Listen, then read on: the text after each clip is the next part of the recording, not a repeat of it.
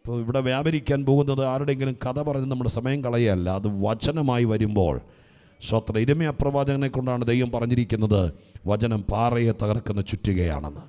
ആ പ്രവചനം പറയുമ്പോൾ ദൈവമായ കർത്താവ് തകരപ്പെടേണ്ട ഏതൊക്കെയോ പാറയെ കണ്ടിട്ടുണ്ട്. അതല്ലെങ്കിൽ അങ്ങനെ പറയില്ലല്ലോ. സ്തോത്ര ഹല്ലേലൂയ. നിങ്ങളുടെ കൺമുമ്പിലും ഏതെങ്കിലും ഒരുപക്ഷെ കാണാൻ കഴിയാത്ത മേഖലയിൽ ഉയർച്ചയെ തടയുന്ന പാറക്കെട്ടുകൾ ദൈവം കണ്ടിട്ടുണ്ടെങ്കിൽ അത് തകരുന്നത് പ്രവചനം കൊണ്ടല്ല, അത് തകരുന്നത് ഒരു ദൈവദാസന്റെ അനുഗ്രഹ പ്രാർത്ഥന കൊണ്ടുമല്ല. സ്തോത്രം, ഇതുകൊണ്ടൊന്നും തകരാത്തത് വചനം കൊണ്ട് തകർക്കുന്നൊരു ദൈവമുണ്ട്. പാറയെ തകർക്കുന്ന വചനത്തിനായി ദൈവത്തിന് നന്ദിയോടെ സ്തോത്രം ചെയ്യുകയാണ്. ഹല്ലേലൂയ, സ്തോത്രം, ഹല്ലേലൂയ. അതുകൊണ്ട് വചന ശുശ്രൂഷയെ അവഗണിക്കരുത്. സ്തോത്രം, അവിടെ നിങ്ങൾ അലക്ഷ്യമാകരുത്. ദൈവസന്നിധിയിൽ ഇവിടെ വന്നത് പ്രയോജനപ്പെടുന്നത് ഈ പറയുന്നത് പോലെ ദൈവവചനത്തിലാണ്. ഞാൻ അനുഭവിച്ചിട്ടുണ്ട്, വചന ശുശ്രൂഷ അനുഭവിച്ച ആളുകളുടെ സാക്ഷ്യം ഞാൻ കേട്ടിട്ടുണ്ട്. വചനം പറഞ്ഞുകൊണ്ടിരുന്നപ്പോൾ ചില വിഷയങ്ങൾക്ക് ദൈവം പരിഹാരം വരുത്തിയെന്ന്. അതിൻ്റെ കാരണം വചനം ഞാനിപ്പോൾ പറഞ്ഞതുപോലെ പാറയെ തകർക്കുന്ന ചുറ്റികയാണ്.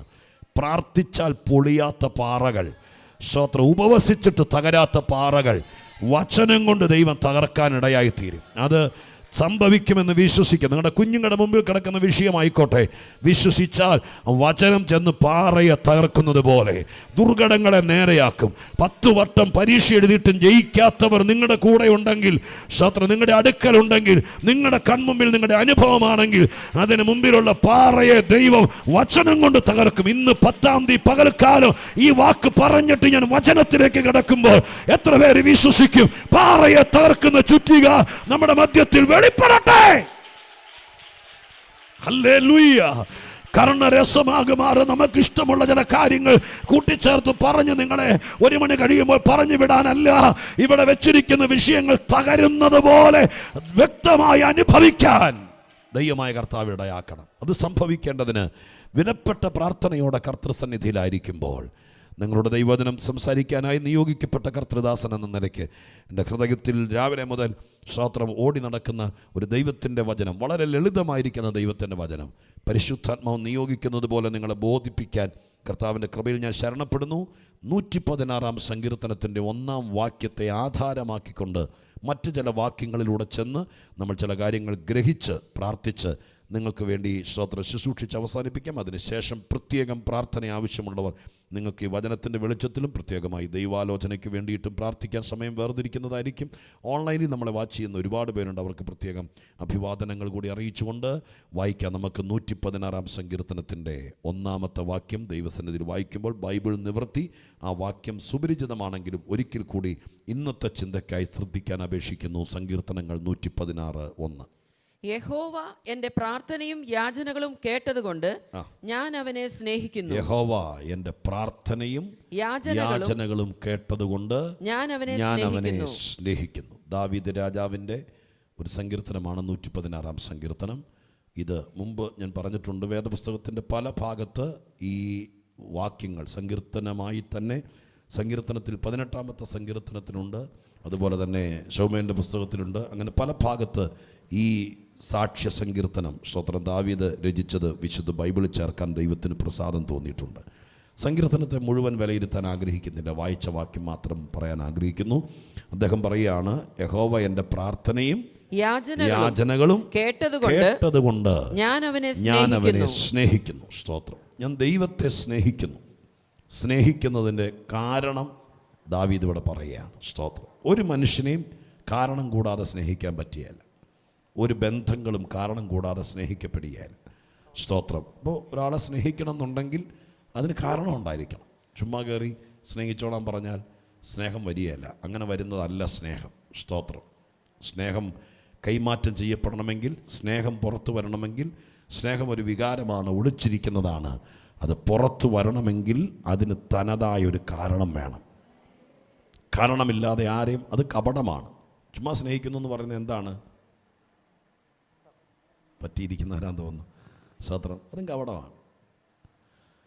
പക്ഷെ കാരണങ്ങൾ ഉണ്ടെങ്കിൽ ആ സ്നേഹത്തിന് ആഴമുണ്ടാകും. സ്തോത്രം. ദൈവത്തെ സ്നേഹിക്കാൻ ദൈവം ഒരു നിയമം എഴുതി വച്ചിരിക്കുകയാണ്. എന്നെ സ്നേഹിച്ചോളണം, ഇല്ലെങ്കിൽ ഞാൻ നിന്നെ കാണിച്ചു തരാം എന്ന് എഴുതി വെച്ചുകൊണ്ട് നമുക്ക് ആർക്കും ദൈവത്തെ സ്നേഹിക്കാൻ പറ്റുകയില്ല. ദൈവത്തെ സ്നേഹിക്കുന്നത് ഒരു കൽപ്പനയല്ല. സ്തോത്രം. അതൊക്കെ ദൈവം പറഞ്ഞിട്ടുണ്ടെങ്കിലും അതൊരു ബന്ധമാണ്. ഒരാഴമേറിയ ഇഴയടുപ്പുള്ള ബന്ധമാണ് ദൈവത്തെ സ്നേഹിക്കുന്നത്. സ്തോത്രം. ഹല്ലേലൂയ. ഈസി അല്ലേന്ന് തോന്നും, പക്ഷേ സ്തോത്രം ബുദ്ധിമുട്ടാണ് സ്നേഹിക്കാൻ. വലിയ പാടാണ്. എല്ലാവരെയും സ്നേഹിക്കാൻ പറ്റിയല്ല. നമ്മൾ എത്രയോ പേര് പരിചയപ്പെട്ടിരിക്കുന്നു, നമ്മൾ എത്രയോ പേര് അടുത്തറിഞ്ഞിരിക്കുന്നു. പക്ഷെ എല്ലാവരെയും സ്നേഹിക്കാൻ എല്ലാവരെയും കൊണ്ടും പറ്റില്ല. എന്നാൽ ചിലരെ സ്നേഹിക്കാതിരിക്കാനും പറ്റിയല്ല. സ്തോത്രം. ഇവിടെ ദാവീദ് പറയുന്നു, പറഞ്ഞു നിന്ന് സമയം കളയുന്നില്ല. ദാവീദ് പറയുന്നു, എനിക്ക് ദൈവത്തോട് ഭയങ്കര സ്നേഹമാണ്, ഞാൻ ദൈവത്തെ ഒത്തിരി സ്നേഹിക്കുന്നു. എന്താണ് കാരണമെന്ന് ചോദിച്ചാൽ എൻ്റെ കാരണം പറഞ്ഞിരിക്കുന്നത് ഇങ്ങനെയാണ്: ദൈവം എൻ്റെ പ്രാർത്ഥനയും യാചനകളും കേട്ടതുകൊണ്ട്. നേരത്തെ മുതൽ കേട്ടിരിക്കുന്നൊരു ചോദ്യം അതിനകത്തുനിന്ന് നമ്മൾ ഉളവാക്കിയിട്ടുണ്ട്. ഇപ്പോൾ പ്രാർത്ഥന കേട്ടില്ലെങ്കിൽ ദൈവത്തെ സ്നേഹിക്കത്തില്ലേ എന്നുള്ളത്. ആ ഭാഗം നമ്മൾ ചിന്തിക്കുന്നില്ല, അത് മാറ്റിവെക്കുക. നമുക്ക് പോസിറ്റീവായി ചിന്തിക്കാം. ഈ വാക്യത്തിലൂടെ പറയാൻ വരുന്ന കാര്യം പറയാം. സ്തോത്രം. പ്രാർത്ഥന ദൈവം കേട്ടാൽ, പ്രാർത്ഥന ദൈവം കേട്ടവർക്ക് ദൈവത്തെ സ്നേഹിക്കാതിരിക്കാൻ പറ്റിയാല. സ്തോത്രം. ഇന്ന് ഇതിനകത്തിരിക്കുമ്പോൾ എത്ര പേർക്ക് ദൈവത്തെ സ്നേഹിക്കുന്നതിൻ്റെ കാരണം ഞങ്ങളുടെ ഉപദേശിമാർ കൂടെ പറയുന്നതുകൊണ്ടല്ല, ദൈവത്തെ സ്നേഹിച്ചില്ലെങ്കിൽ ഞങ്ങളുടെ വണ്ടി ഇടിക്കുമെന്നോ ഞങ്ങളുടെ കൊച്ചിൻ്റെ പരീക്ഷ ജയിക്കത്തില്ലെന്ന് പറയുന്നതുകൊണ്ടല്ല. ഞങ്ങൾ ദൈവത്തെ സ്നേഹിക്കാൻ തനതായ കാരണമുണ്ട്. സ്തോത്രം. ഹല്ലേലൂയ. എൻ്റെ പ്രാർത്ഥന ദൈവം കേട്ടതുകൊണ്ട് എനിക്ക് ദൈവത്തെ സ്നേഹിക്കാതിരിക്കാൻ കഴിയില്ല. സ്തോത്രം. അപ്പോൾ പ്രാർത്ഥന ദൈവം കേട്ടാൽ അതൊരു ബന്ധമായി മാറും. സ്തോത്രം. സ്നേഹിക്കുക എന്നുള്ളത് ഒരു ബന്ധമാണല്ലേ. സ്തോത്രം. ഒരു ബന്ധമായി മാറും. സ്നേഹമാണ് ബന്ധത്തിലേക്ക് നയിക്കപ്പെടുന്നത്. ദൈവമായിട്ടൊരു അഗാധമായ ബന്ധം ഉളവാക്കാനുള്ള ഒരു മാധ്യമമാണ് പ്രാർത്ഥന കേൾക്കുക എന്ന് പറയുന്നത്. എത്ര പേർക്ക് ഞാൻ പറയുന്നത് മനസ്സിലാവുന്നുണ്ട്? 10 വട്ടം പ്രാർത്ഥിച്ചിട്ട് കേൾക്കാതാകുമ്പോൾ നമ്മുടെ മനസ്സ് തണുക്കും. സ്തോത്രം. ഇപ്പം നമ്മൾ ചോദ്യം ചെയ്യാൻ തുടങ്ങും, ചോദ്യങ്ങൾ ആവർത്തിക്കും. ദൈവമേ, എൻ്റെ പ്രാർത്ഥന കേൾക്കാത്തത് എന്താ, എന്നോടിങ്ങനെ ചെയ്യുന്നത് എന്താ എന്ന് ചോദിക്കാൻ തുടങ്ങുമ്പോൾ ബന്ധങ്ങളുടെ ഇഴയടുപ്പം ചിലപ്പോൾ അകലും. പഴയ നിയമത്തിലെ ആളുകൾക്ക് അത് സംഭവിച്ചു. മലാക്കി പ്രവചനത്തിനകത്ത് പഴയ നിയമ വിശുദ്ധന്മാരെക്കുറിച്ച് അല്ലെങ്കിൽ പഴയ നിയമത്തിലെ സഭയെക്കുറിച്ച് പറഞ്ഞ് അവസാനിപ്പിക്കുന്നത് ഇങ്ങനെയാണ്. അവർ ദൈവത്തെ ചോദ്യം ചെയ്തത് ഇങ്ങനെയാണ്: നീ ഞങ്ങളെ എന്തുകൊണ്ടാണ് സ്നേഹിക്കുന്നത്? നീ എന്നെ സ്നേഹിക്കുന്നു എന്ന് സ്തോത്രം പറയുന്നു, പക്ഷെ ഞങ്ങൾക്കത് മനസ്സിലാകുന്നില്ലെന്ന് ധ്വനിയിലാണ് പറയുന്നത്. അപ്പോൾ സ്നേഹിക്കുന്നു എന്ന് സ്തോത്രം മനസ്സിലാകാതെ വരുന്നത് ഒരു വലിയ പ്രശ്നമാണ്. എനിക്ക് തോന്നുന്നു, ഞാനിവിടെ വായിച്ചതാണ്. സ്തോത്രം. ഹല്ലേലൂയ. സ്തോത്രം. ഏതോ ഒരു ഇംഗ്ലീഷുകാരനായ ശക്തനായിരിക്കുന്ന സ്തോത്രം വില്യം ബൂത്തോ, അങ്ങനെ ഏതോ ഒരു ഭക്തനായിരിക്കുന്ന ആളോട്, ദൈവമായ കർത്താവിന് വേണ്ടി നിൽക്കുന്ന ഒരാളോട് സ്തോത്രം നിങ്ങളുടെ ആത്മീകതയെ ഒന്ന് നിർവചിക്കാമോ എന്ന് അദ്ദേഹത്തെ ഇൻ്റർവ്യൂ ചെയ്ത പത്രക്കാരോ ചോദിച്ചു. ഞാൻ പറയുന്ന വാക്ക് ശ്രദ്ധിച്ച് കേൾക്കണം. നിങ്ങളുടെ ആത്മീകതയെ ഒന്ന് നിർവചിക്കാമോ? നമ്മളോട് നിർവചിക്കാന്ന് പറഞ്ഞാൽ മനസ്സിലായോ? എന്താണ് നിങ്ങളുടെ ആത്മീകത? നിങ്ങളിങ്ങനെ ഒച്ചപ്പാടും പാട്ടുകാരാന്ന് കേട്ടിട്ടുണ്ട്. സ്തോത്രം. നിങ്ങളുടെ ആത്മീകത എന്താണെന്ന് നിർവചിക്കാൻ പറഞ്ഞാൽ നമ്മൾ എന്താ പറയും? ഞങ്ങൾ വെള്ളവസ്ത്രേ ധരിക്കത്തുള്ളൂ, ഞങ്ങൾ സ്തോത്രം പിന്നെ എന്താ പറയുക, മദ്യപിക്കത്തില്ല, വഴക്കുണ്ടാക്കത്തില്ല, അങ്ങനെ കുറേ കാര്യങ്ങൾ നിർത്തുകയല്ല. എന്താണ് നിങ്ങളുടെ ആത്മീകത എന്ന് നിർവചിക്കാമോ എന്ന് ചോദിച്ചപ്പോൾ സ്തോത്രം അദ്ദേഹം അവർക്ക് കൊടുത്ത മറുപടി ഇതാണ്. സ്തോത്രം. 1, ദൈവം എന്നെ സ്നേഹിക്കുന്നു എന്ന് ഞാൻ അറിയുന്നു. സ്തോത്രം. എന്നിട്ടുള്ള കൂട്ടിച്ചേർത്തു, ആ അറിവിൽ നിന്ന് ഞാൻ എൻ്റെ ദൈവത്തെ ആഴമായി സ്നേഹിക്കുന്നു. സ്തോത്രം. അപ്പം ആത്മീയതയുടെ നിർവചനം എന്ന് പറയുന്നത്, ഞങ്ങളൊരു സഭയെ കൂടിക്കൊണ്ടിരുന്നവരാണ്, അവിടെ കൊള്ളില്ലെന്ന് തോന്നി ആരുടെ പറഞ്ഞതിൻ്റെ പേരിൽ ഇങ്ങോട്ട് മാറിച്ചാടി എന്നുള്ളതല്ല. അങ്ങനെ ചാടിയാലും ആത്മീയത വരികയില്ല. സ്തോത്രം. 10 സഭ മാറിയാലും ആത്മീയത വരികയില്ല. ആത്മീയത വരണമെങ്കിൽ സ്നേഹം വ്യാപരിക്കാൻ തുടങ്ങണം. സ്തോത്രം. ഹല്ലേലൂയ. സ്നേഹം വ്യാപരിക്കാൻ തുടങ്ങണം. എന്താണ്? ദൈവം എന്നെ സ്നേഹിക്കുന്നു എന്ന് ഞാൻ അറിയണം. ദൈവം എന്നെ സ്നേഹിക്കുന്നു എന്ന് എനിക്ക് ബോധ്യപ്പെടാൻ തുടങ്ങണം. എനിക്ക് ബോധ്യപ്പെടാൻ തുടങ്ങിയാൽ പിന്നെ എന്നെ ആരും നിർബന്ധിക്കേണ്ടി വരികയില്ല. പിന്നെ യോഗത്തിന് വരാൻ നിർബന്ധിക്കേണ്ട, പ്രാർത്ഥിക്കാൻ നിർബന്ധിക്കേണ്ട, വെളുപ്പാങ്കാലത്ത് എഴുന്നേക്കാൻ നിർബന്ധിക്കേണ്ട, രാത്രി ഉണർന്ന് പ്രാർത്ഥിക്കാൻ നിർബന്ധിക്കേണ്ട, ദൈവത്തിന് വേണ്ടി ജീവിക്കാൻ നിർബന്ധിക്കേണ്ട. കാരണം എന്താ? നമുക്ക് ബോധ്യമാകുകയാണ്, യേശു എന്നെ സ്നേഹിക്കുന്നു. യേശു എന്നെ സ്നേഹിക്കുന്നു. ആ തിരിച്ചറിവ് വരുമ്പോഴാണ് നമ്മൾ യേശുവിനെ രക്ഷകനായി സ്വീകരിക്കുന്നത്.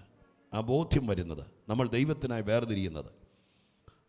യോഹന്നാന്റെ സുവിശേഷം 3:16 പറഞ്ഞിരിക്കുന്നത്, സർവശക്തനായ ദൈവം ഈ ഭൂമിയിലെ കുറേ പേരെ സ്നേഹിക്കുന്നു എന്നല്ല, ലോകത്തെ സ്നേഹിക്കുന്നു എന്നല്ലേ. തൻ്റെ ഏകജാതനായ പുത്രനിൽ വിശ്വസിക്കുന്ന ഏവരും നശിച്ചു പോകാതെ നിത്യജീവൻ പ്രാപിക്കേണ്ടതിന് ദൈവം അവനെ നൽകുവാൻ തക്കവണ്ണം കുറച്ചുപേരെ സ്നേഹിച്ചെന്നല്ല, ലോകത്തെ സ്നേഹിക്കുന്നു എന്ന് പറഞ്ഞതിന്റെ അർത്ഥം ദൈവം മുഖപക്ഷമില്ലാത്തവനാകയാൽ ദൈവം ഈ ലോകത്തിൽ നിന്ന് ജീവിച്ചിരിക്കുന്ന 800 കോടി ആളുകളെ ദൈവം സ്നേഹിക്കുന്നുണ്ട്. സ്തോത്രം. അപ്പോൾ ഒരു യുക്തി വരും, അങ്ങനെ എല്ലാവരെയും സ്നേഹിക്കുന്നുണ്ടെങ്കിൽ പിന്നെ ആരും നരകം പൂട്ടാലോ, പിന്നെ ആരെയും നരകത്തിൽ വിടേണ്ട കാര്യമില്ലല്ലോ. ദൈവം എല്ലാവരെയും സ്നേഹിക്കുന്നെങ്കിൽ. സ്തോത്രം. അവിടെയാണ് ആദ്യം പറഞ്ഞ ആത്മീയതയുടെ ആഴമിരിക്കുന്നത്. അങ്ങനെ ദൈവം എല്ലാവരെയും സ്നേഹിക്കുന്നു, പക്ഷെ ഒരു ന്യൂനപക്ഷം മാത്രമാണ് ദൈവം എന്നെ സ്നേഹിക്കുന്നു എന്ന് തിരിച്ചറിഞ്ഞത്. ഇതിനകത്തിരിക്കുന്ന എത്ര പേര് തിരിച്ചറിഞ്ഞെന്നറിയല്ല. ദൈവം എന്നെ സ്നേഹിക്കുന്നു എന്നുള്ള തിരിച്ചറിവ് നമ്മളെ വിശുദ്ധരാക്കി മാറ്റും, നമ്മളെ വേർപാടിലേക്ക് നയിക്കും, നമ്മളെ കൃപയിലേക്ക് നയിക്കും. നമ്മുടെ പഴയ നയങ്ങളെ മാറ്റാൻ ദൈവം എന്നെ സ്നേഹിക്കുന്നു എന്നുള്ള ആ ബോധ്യം ഇടയാക്കി തീർക്കും. ഇന്ന് പകലിൽ ഇവിടെ വന്നിരിക്കുന്ന ദൈവമക്കൾക്ക് ആ ബോധ്യം ഉണ്ടാകട്ടെ. പ്രാർത്ഥനയുടെ മറുപടി കിട്ടട്ടെ, കിട്ടാതിരിക്കട്ടെ, പക്ഷേ നമ്മൾ ചോദിച്ച കാര്യങ്ങൾ താമസിക്കാതിരിക്കട്ടെ. സ്വർഗത്തിലെ ദൈവം എന്നെ സ്നേഹിക്കുന്നു എന്ന് തിരിച്ചറിയാൻ തുടങ്ങുമ്പോൾ നമ്മുടെ ജീവിതം മാറാൻ തുടങ്ങുകയാണ്. നമ്മൾ ദൈവത്തെ സ്നേഹിക്കാൻ തുടങ്ങുകയാണ്. എപ്പോഴാണ് സ്വർഗം എന്നെ സ്നേഹിക്കുന്നു എന്നുള്ള തിരിച്ചറിവ് നമ്മളെ ദൈവത്തെ സ്നേഹിക്കാൻ പ്രേരിപ്പിക്കും. ഹല്ലേലൂയ. ദൈവം നമ്മളെ സ്നേഹിക്കുന്നുള്ള അറിവ് നമുക്ക് നമ്മുടെ അകത്തുണ്ടാകും. ആദ്യം നമ്മൾ തിരിച്ചറിഞ്ഞെങ്കിലേ അത് മറ്റുള്ളവർ അറിയുള്ളൂ. ദൈവത്തിനൊരു പ്രത്യേകത പറയാം. നമ്മളെ ദൈവം സ്നേഹിക്കുന്നു എന്ന് നമ്മൾ തിരിച്ചറിഞ്ഞാൽ, നമ്മളതിനകത്ത് ഉറച്ചാൽ, അടുത്ത പടിയാണ് അത് ലോകം അറിയണമെന്ന് ദൈവം ആഗ്രഹിക്കും. എന്നോട് പറയാം, നമ്മളെ ദൈവം സ്നേഹിക്കുന്നു എന്ന് നമ്മൾ ബോധ്യപ്പെടണം. നമ്മൾ ബോധ്യപ്പെടുന്ന സമയത്ത് നമുക്കിപ്പോൾ ഒന്നുമില്ലെങ്കിലും, ചിലപ്പോൾ ഒരു കാര്യം നടന്നില്ലെങ്കിലും നമ്മുടെ മനസ്സിനകത്ത് ദൈവം നമ്മെ സ്നേഹിക്കുന്നു എന്നുള്ള തിരിച്ചറിവ് കാണും, ബോധ്യം കാണും. സ്തോത്രം. പക്ഷേ ആ ബോധ്യം ഉള്ളപ്പോൾ തന്നെ നമ്മുടെ എല്ലാ കാര്യം നടന്നു കാണുകയല്ല. ഒത്തിരി വിഷയത്തിന് ഇപ്പോഴും പരിഹാരം വരാനുണ്ടായി കാണും. പക്ഷേ ദൈവം നമ്മെ സ്നേഹിക്കുന്നു എന്ന് നമുക്ക് ബോധ്യപ്പെട്ട് കഴിയുമ്പോൾ നമ്മൾ ദൈവത്തെ സ്നേഹിക്കാൻ തുടങ്ങും. സ്തോത്രം. ആ സ്നേഹം പങ്കുവെക്കാൻ തുടങ്ങുമ്പോൾ കർത്താവ് നിർബന്ധിതനാകും, ഇത് നിൻ്റെ വീട്ടുകാരറിയണം. ഏതറിയണം? ഞാൻ നിന്നെ സ്നേഹിക്കുന്നു എന്ന്. ഒന്ന് വായിച്ചു നോക്കി. യോഹന്നാന്റെ സുവിശേഷം 17-ാം അധ്യായത്തിൻ്റെ 23-ാം വാക്യം അങ്ങനെ എഴുതിയിട്ടുണ്ടോ നോക്കി. യോഹന്നാന്റെ സുവിശേഷം 17-ാം അധ്യായത്തിന്റെ 23-ാം വാക്യം നീ എന്നെ അയച്ചിരിക്കുന്നു എന്നും നീ എന്നെ സ്നേഹിക്കുന്നത് പോലെ യേശു പിതാവായ ദൈവത്തോട് പ്രാർത്ഥിക്കുകയാണ് 17-ാം അധ്യായത്തിനകത്ത് കേട്ടോ. പിതാവായ ദൈവത്തോട്. സ്തോത്രം. നീ എന്നൊക്കെ മലയാളത്തിൽ വന്നിരിക്കുന്നത് മലയാള പരിഭാഷയുടെ ഒരു പ്രശ്നമാണ്. സ്തോത്രം. പറ്റുമെങ്കിൽ ഇച്ചിരി ബഹുമാനത്തോടു കൂടെ നമുക്ക് ആ ഭാഗം അങ്ങനെ വായിക്കാം. ദൈവത്തോട് പറയുകയാണ്, ദൈവമേ അങ്ങ് എന്നെ സ്നേഹിക്കുന്നു എന്ന് നീ എന്നെ സ്നേഹിക്കുന്നത് പോലെ അവരെയും സ്നേഹിക്കുന്നു. അവരെന്ന് ഉദ്ദേശിച്ചത് യേശുക്രിസ്തുവിന്റെ ശിഷ്യന്മാരും അവർ മുഖാന്തരം വിശ്വാസത്തിലേക്ക് വരുന്നവരുമാണ്, നമ്മളാണ്. അപ്പം അപ്പനോട് പ്രാർത്ഥിക്കുകയാണ് യേശുക്രിസ്തു, അപ്പാ അങ്ങ് എന്നെ സ്നേഹിക്കുന്നത് പോലെ അവരെയും സ്നേഹിക്കുന്നു എന്ന് അവരറിയണമെന്നല്ല, ലോകമറിയണം. നമുക്ക് നമ്മളെ ദൈവം സ്നേഹിക്കുന്നു എന്നറിയാൻ പ്രത്യേകിച്ച് സ്തോത്രം ഒരു ബന്ധം മതി. പക്ഷെ ലോകം അതറിയണമെങ്കിൽ എന്തെങ്കിലും തെളിവ് വേണം. തെളിവുണ്ടെങ്കിലേ ലോകമറിയത്തുള്ളൂ. നമ്മളെ യേശു സ്നേഹിക്കുന്നു എന്ന് അറിയുന്നത്, നമ്മളറിയുന്നത് നമ്മുടെ മാനസിക തലത്തിലാണ്. നിങ്ങൾക്ക് മനസ്സിലാവുന്നില്ലെന്ന് തോന്നുന്നു. മനസ്സിലാവുന്നുണ്ടോ? നിങ്ങളെ സ്തോത്ര ഹല്ലേലൂയ നിങ്ങളുടെ ഭർത്താവ് സ്നേഹിക്കുന്നു എന്നറിയുന്നത് എന്നും സാരി മേടിച്ചു തരുന്നതുകൊണ്ടാണോ? അല്ല. സ്തോത്രം. കാശില്ലെങ്കിലും ആഗ്രഹിച്ചതെല്ലാം നടന്നില്ലെങ്കിലും നമ്മുടെ അകത്താണ് ആ ബന്ധം ഇരിക്കുന്നത്. അത് നമുക്കറിയാം. രണ്ട് വ്യക്തികൾ തമ്മിൽ സ്നേഹിക്കുന്നുണ്ടെന്നുള്ള കാര്യം സ്തോത്രം ഉള്ളിലെ ബന്ധമാണ്. പക്ഷേ മറ്റൊരാൾ അറിയണമെങ്കിൽ അതിനൊരു പ്രദർശനം വേണം. ലോകക്കാര് നമ്മെ ദൈവം സ്നേഹിക്കുന്നു എന്ന് നിന്റെ വീട്ടുകാരും ചാർച്ചക്കാരും അറിയണമെങ്കിൽ അതിന് തെളിവ് വേണം. അതാണ് യേശു, എൻ്റെ പൊന്നു ദൈവമേ നമ്മൾ അവരെ സ്നേഹിക്കുന്നുണ്ടെന്ന് അവരൊന്നറിയാൻ വേണ്ടി അവർക്ക് കുറച്ച് ജ്ഞാനം കൊടുക്കണേ എന്നല്ല പ്രാർത്ഥിച്ചത്. അവർക്കതറിയാം. ഇല്ലെങ്കിൽ അവർ പടകും വലയും വിടില്ലായിരുന്നു. ഇല്ലെങ്കിൽ അവർ പ്രാർത്ഥനയ്ക്ക് വരില്ലായിരുന്നു, ഇല്ലെങ്കിൽ അവർ സ്തോത്രം എൻ്റെ പിന്നാലെ ഇറങ്ങി തിരിക്കില്ലായിരുന്നു, ഇല്ലെങ്കിൽ അവർ ലോകത്തെ വെറുക്കില്ലായിരുന്നു. അവർക്ക് അതറിയാം. പക്ഷേ ഇനി അടുത്ത ലെവല് 3.5 കൊല്ലം അവരുടെ സ്നേഹം ഉറപ്പിച്ചപ്പോൾ യേശു പ്രാർത്ഥിച്ചു, ദൈവമേ ഇനി ലോകക്കാരറിയണം സ്തോത്രം അങ്ങ് അവരെ സ്നേഹിക്കുന്നുണ്ടെന്ന്. അതിൻ്റെ തെളിവുകളാണ് ദൈവം തരുന്ന അനുഗ്രഹങ്ങൾ. സ്തോത്രം, ഹല്ലേലൂയ. നിങ്ങൾ ഓർത്ത് നോക്കിയേ, ദൈവം തരുന്ന അനുഗ്രഹങ്ങൾ ലോകക്കാരെ എങ്ങനെ അറിയിക്കാം? സ്തോത്രം, നിങ്ങൾക്ക് 2 മക്കളുണ്ടെന്നിരിക്കട്ടെ. ആ മക്കളെ 2 പേരെയും സ്വർഗത്തിലെ ദൈവം അനുഗ്രഹിച്ചുയർത്തി അർഹതയില്ലാത്ത സ്ഥാനത്ത് ദൈവം കൊണ്ടുവരുമ്പോൾ സ്തോത്രം, അസൂയ ഉണ്ടെങ്കിലും ആളുകൾ അറിയും പ്രാർത്ഥിക്കാൻ പോയത് വെറുതെ ആയില്ല. സ്വർഗത്തിലെ ദൈവം അവരെ അനുഗ്രഹിച്ചതാണ്, അവരുടെ മക്കളെ മാനിച്ചതെന്ന് അറിയണമെങ്കിൽ ചില തെളിവുകൾ ലോകത്തിന് കൊടുക്കണം. പരിശുദ്ധാത്മാവ്, ഞാൻ ഇച്ചിരി കട്ടിയുള്ള ഭാഗമാണ് പറയുന്നതെങ്കിലും ഗ്രഹിക്കുന്നവരോട് പറയാം, ഈ ദിവസങ്ങളിൽ നിന്റെ ചാർച്ചക്കാരും നിന്റെ വീട്ടുകാരും നിന്നെ എതിർത്തവരും അറിയത്തക്ക രീതിയിൽ ദൈവം നിന്നെ സ്നേഹിക്കുന്നു എന്ന് അറിയത്തക്ക രീതിയിൽ ലോകത്തിന് തെളിവ് കൊടുക്കുന്ന ദൈവത്തെ വേദപുസ്തകത്തിലൂടെ പരിശുദ്ധാത്മാവ് ഇന്ന് പകൽക്കാലം വെളിപ്പെടുത്തുമ്പോൾ വിശ്വസിക്കുന്ന ദൈവമക്കൾ ആത്മാവിൽ ശക്തിയോടെ പറ, കർത്താവേ ഇന്നിവിടെ വന്നത്, ഞാൻ ഈ വചനം കേൾക്കുന്നത്, എൻ്റെ കർത്താവിൻ്റെ ദൂതനോട് പറയുന്നത് എനിക്കറിയാം. ഒന്നും തന്നില്ലെങ്കിലും എനിക്കറിയാം എൻ്റെ കർത്താവ് ചങ്കിലെ ചോര തന്നെ വീണ്ടെടുത്തപ്പോൾ എന്നോട് സ്നേഹമുണ്ടെന്ന് എനിക്കറിയാം. ഇനി ഒന്നും തന്നില്ലെങ്കിലും ഞാൻ അങ്ങ് വിട്ടുമാറില്ല. പക്ഷെ എൻ്റെ കുഞ്ഞുങ്ങൾ അറിയണം, എൻ്റെ വീട്ടുകാരറിയണം, എന്നെ എതിർത്തവരറിയണം അങ്ങേക്ക് എന്നോട് സ്നേഹമുണ്ടെന്ന്, എൻ്റെ ദൈവം എന്നെ സ്നേഹിക്കുന്നു എന്ന്. അതിന് ചില അടയാളങ്ങൾ ചെയ്യണം.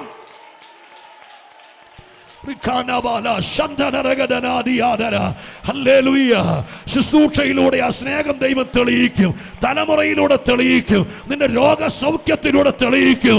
നിനക്ക് ദൈവത്തോട്, ദൈവത്തിന് നിന്നോട് സ്നേഹമുണ്ടെന്ന് പരിശുദ്ധാത്മാവ് ഇന്ന് പകൽക്കാലം പറയുന്നു.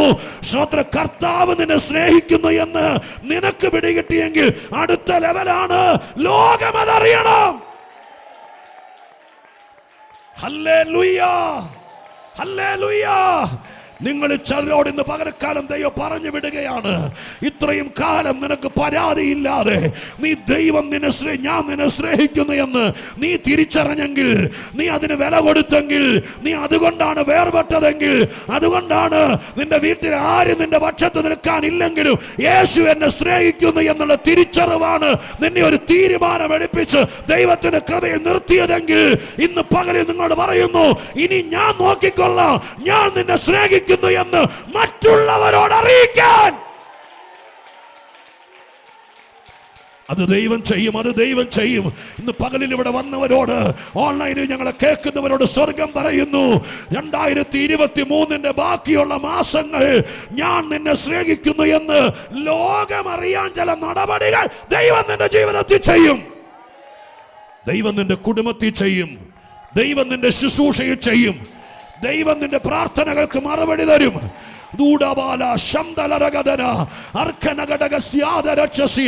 കരമടിക്കുന്ന കൂടെ നിങ്ങൾ ഏതൊക്കെ വിഷയത്തിൽ എൻ്റെ കർത്താവേ ഞാൻ കുറച്ച് നാളായി ചോദിക്കുന്നു, അങ്ങനെ ദൈവത്തിന്റെ പരിശുദ്ധാത്മാവ് ഈ ദൈവദാസനിലൂടെ പറയുന്നത് കൊണ്ട് എൻ്റെ കുഞ്ഞിൻ്റെ കാര്യത്തിൽ, എൻ്റെ മക്കളുടെ കാര്യത്തിൽ, എൻ്റെ ശാരീരിക വിഷയത്തിൽ, എൻ്റെ ആത്മീക വിഷയത്തിൽ മറ്റുള്ളവരറിയാൻ, ലോകമറിയാൻ, അവിടെ തന്നെ സ്നേഹിക്കുന്നു എന്ന് ലോകമറിയാൻ ചില വഴികൾ തുറക്കേണ്ടതിന് കരമടിക്കുന്നകൂടെ പ്രാർത്ഥിച്ച് അന്യഭാഷ പറഞ്ഞ് ദൈവത്തിന് സ്തോത്രം ചെയ്തിരുന്നു. പരിശുദ്ധാത്മാവ് പറയുന്നു, ചില കാര്യങ്ങൾ ദൈവം ചെയ്യാൻ പോകുകയാണ്. ഹല്ലേലൂയ.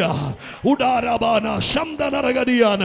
കഴിഞ്ഞ നാളുകൾ, കഴിഞ്ഞ 5 കൊല്ലമായി, 2 കൊല്ലമായി, കഴിഞ്ഞ കുറച്ച് നാളുകളായി സ്തോത്രം, യേശു നിന്നെ സ്നേഹിക്കുന്നു എന്ന് നീ തിരിച്ചറിഞ്ഞെങ്കിൽ ആ തിരിച്ചറിവ് നിന്നെ ചില നടപടികളിലേക്ക് നടത്തും.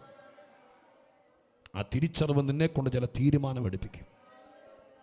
സ്തോത്രം, ഹല്ലേലൂയ, പ്രൈസ് ദി ലോർഡ്. സ്തോത്രം. മനസ്സിലായോ? ഞാൻ സിമ്പിളായിട്ട് പറയാം. അമ്മമാർക്ക് പെട്ടെന്ന് പിടികിട്ടുന്ന ഉദാഹരണം പറയാം. കുഞ്ഞുങ്ങൾക്ക് നിങ്ങൾ ആഹാരം കൊടുക്കുമ്പോൾ ചെറുക്കൻ കഴിക്കാതിരിക്കാതിരിക്കട്ടെ. 2 വയസ്സുകാരൻ 2.5 വയസ്സുകാരൻ കഴിക്കുകയല്ല, നിങ്ങൾക്ക് ഭയങ്കര വിഷമം കഴിക്കാതിരിക്കും. ആദ്യമൊക്കെ നമ്മൾ അവനോട് പറയും, സ്തോത്രം, കഴിച്ചില്ലെങ്കിൽ ഞാനിപ്പോൾ പേടിപ്പിക്കുവാനേ, ഞാൻ കഴിക്കുകയല്ല. ലാസ്റ്റ് നമ്മൾ തോക്കുമ്പോൾ പറയുന്നൊരു വാക്കുണ്ട്, മമ്മിയോട് സ്നേഹമുണ്ടോ? അങ്ങനെ പറഞ്ഞിട്ടില്ല. സ്തോത്രം.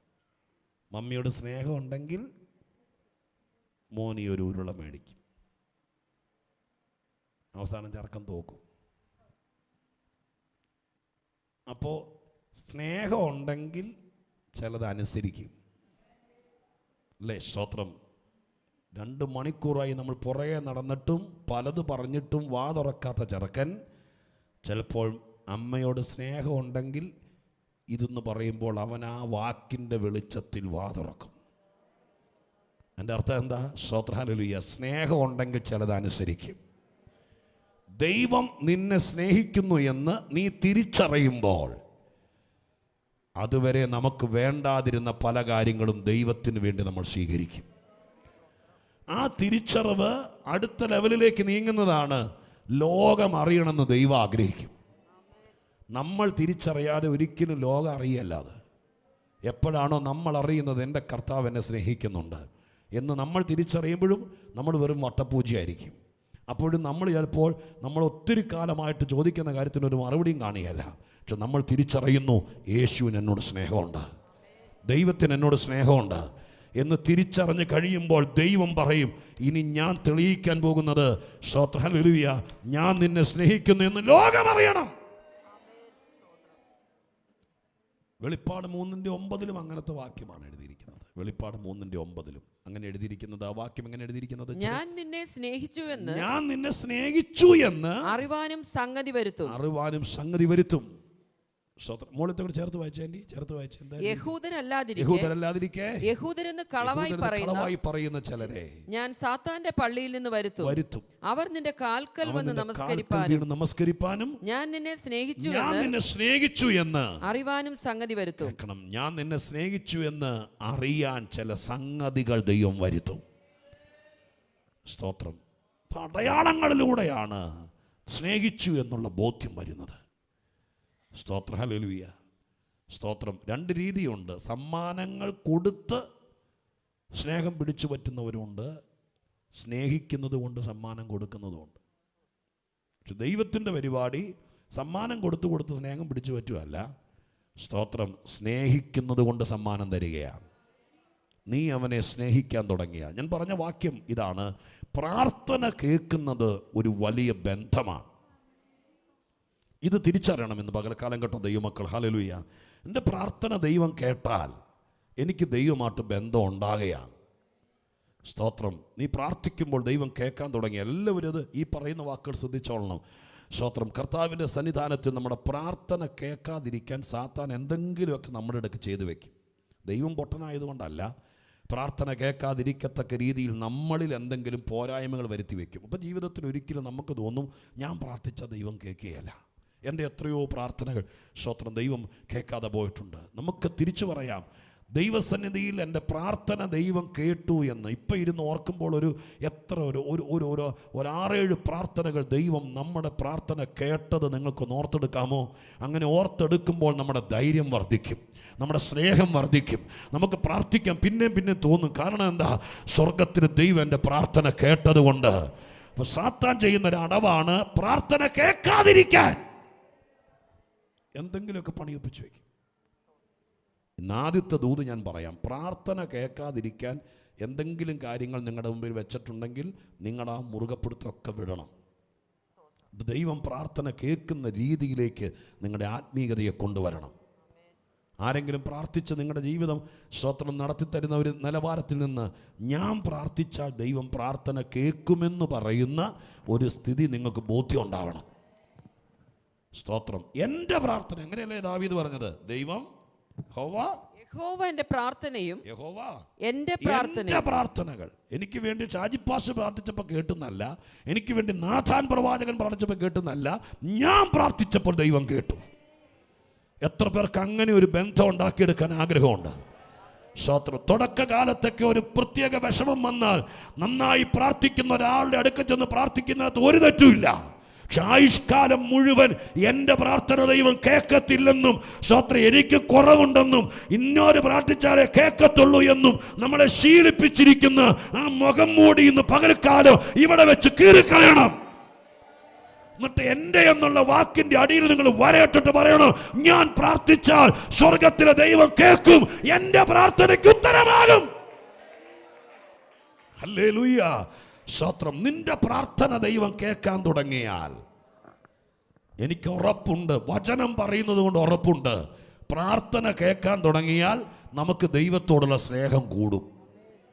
സ്തോത്രം. ഇന്നിനി പറയാൻ പോകുന്നത്, ദൈവത്തോട് നമ്മുടെ സ്നേഹം കൂടിയാൽ നമുക്ക് ലഭിക്കാൻ പോകുന്ന അനുഗ്രഹം നമ്മുടെ വീട്ടിൽ കൊള്ളുന്നതല്ല, നമ്മുടെ ഹൃദയത്തിനകത്ത് കൊള്ളുന്നതല്ല, നമ്മൾ കാണിക്കുന്ന ഏത് പാത്രത്തിനകത്തും കൊള്ളുന്നതല്ല. അത്രയ്ക്ക് വലിയ അനുഗ്രഹങ്ങളാണ് ഒരുത്തൻ ദൈവത്തെ സ്നേഹിക്കാൻ തുടങ്ങിയാൽ അവർക്ക് കിട്ടാൻ പോകുന്നത്. ഇതൊരു വലിയ ലിങ്കാണ്, ഒന്നിൽ നിന്ന് ഒന്നിലേക്കുള്ള ബന്ധമാണ്. സ്തോത്രം. പ്രാർത്ഥന കേട്ടാൽ മാത്രമേ ദൈവത്തെ സ്നേഹിക്കത്തുള്ളൂ എന്ന് കടുംപിടുത്തം പിടിക്കുകയല്ല. ഞാൻ ഒരു സാധ്യത പറയുകയാണ്. പ്രാർത്ഥന ദൈവം കേട്ടാൽ നമ്മുടെ സ്നേഹം കൂടും. മനസ്സിലായോ? സ്തോത്രം. ഹല്ലേലൂയ, സ്തോത്രം. ഇവിടെ തന്നെ എൻ്റെ 100 അനുഭവങ്ങൾ പറയാം. ഒരിക്കൽ പോലും കർത്താവിലേക്ക് നോർമലി വചനം കേട്ടും അല്ലെങ്കിൽ ബൈബിൾ ക്ലാസ്സിൽ പങ്കെടുത്തും ദൈവത്തിങ്കിലേക്ക് വരാൻ ഒരു സാധ്യതയില്ലാത്ത വലിയ കഠിനനായിരിക്കുന്ന പാരമ്പര്യത്തിൽപ്പെട്ട ആളുകളെ അവരുടെ ജീവിതത്തിൽ കീറാമുട്ടി പോലത്തെ ഒരു വിഷയം കൊണ്ടിട്ടു ദൈവം. സ്തോത്രം. അപ്പം അവർക്ക് വേണ്ടി പ്രാർത്ഥിക്കാൻ തുടങ്ങി. അങ്ങനെ പ്രാർത്ഥിച്ചപ്പോൾ ആ പ്രാർത്ഥനയ്ക്ക് മറുപടി ഉണ്ടായി. പ്രാർത്ഥനയ്ക്ക് മറുപടി വന്നപ്പോൾ അവർ, സ്തോത്രം, പ്രാർത്ഥിക്കുന്നവരെയും പ്രാർത്ഥന കേട്ട ദൈവത്തെ സ്നേഹിക്കാൻ തുടങ്ങി. സ്തോത്രം. അവർ ഈ കാര്യം ചിന്തിക്കാൻ തുടങ്ങി. അവർ ചിലരോട് പറയാൻ തുടങ്ങി, നിങ്ങൾക്കൊരു വിഷയം ഉണ്ടെങ്കിൽ ഇന്നടത്ത് എന്ന് പ്രാർത്ഥിക്കുക. സ്തോത്രത്തിൻ്റെ കാരണം എന്താ? പ്രാർത്ഥനയുടെ മറുപടി വന്നപ്പോൾ കാഴ്ചപ്പാട് മാറി. പ്രാർത്ഥനയുടെ മറുപടി വന്നപ്പോൾ നിലവാരം മാറി, ചിന്താഗതി മാറി. ഇന്ന് പകലിൽ ഞാൻ ഊന്നിപ്പറയുന്ന കാര്യം, പ്രാർത്ഥനയുടെ മറുപടി കിട്ടിയാൽ നമ്മുടെ ബന്ധം മാറും, നമ്മുടെ സ്നേഹം മാറും, നമ്മുടെ ജീവിതം മാറും. അത് സംഭവിക്കാതിരിക്കാൻ സാത്താൻ ചില കാര്യങ്ങൾ നിങ്ങളുടെ കുടുംബത്തിൽ ചെയ്തു വെച്ചിട്ടുണ്ടെങ്കിൽ ഇന്ന് പകൽക്കാലം ദൈവത്തിന് നിന്നെ കഷ്ടപ്പെടുത്തണമെന്ന് ആഗ്രഹമില്ല. പ്രാർത്ഥനയുടെ മറുപടി വരാതിരിക്കാൻ നീ എത്ര കരഞ്ഞാലും കാര്യങ്ങൾ നടക്കാതിരിക്കാൻ ഏതെങ്കിലും കാര്യങ്ങൾ സാത്താൻ ചെയ്തിട്ടുണ്ടെങ്കിൽ അതിനെ ഇവിടെ പോകുന്നതിനേക്കാൾ മുമ്പ് ദൈവം കഴുകി വെടിപ്പാക്കി വിടണം.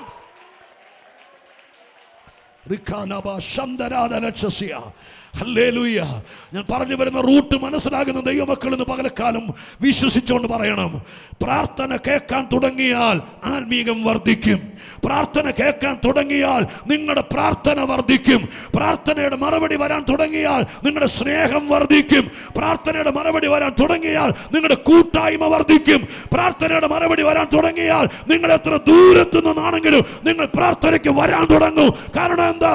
ഇതൊരു വലിയ ബന്ധത്തിലേക്ക് മാറും, ഇതൊരു വലിയ റിലേഷനിലേക്ക് മാറും, ഇതൊരു അനുഭവത്തിലേക്ക് മാറും. ഇതറിയാവുന്ന സാത്താൻ 5 കൊല്ലമായി നിന്റെ പ്രാർത്ഥനയെ തടഞ്ഞു വെച്ചിരിക്കുന്നെങ്കിൽ ഇന്ന് പകലിൽ ബന്ധങ്ങളെ മുറുക്കുന്ന പ്രാർത്ഥനകളെ മറുപടി വരാൻ തുടങ്ങട്ടെ.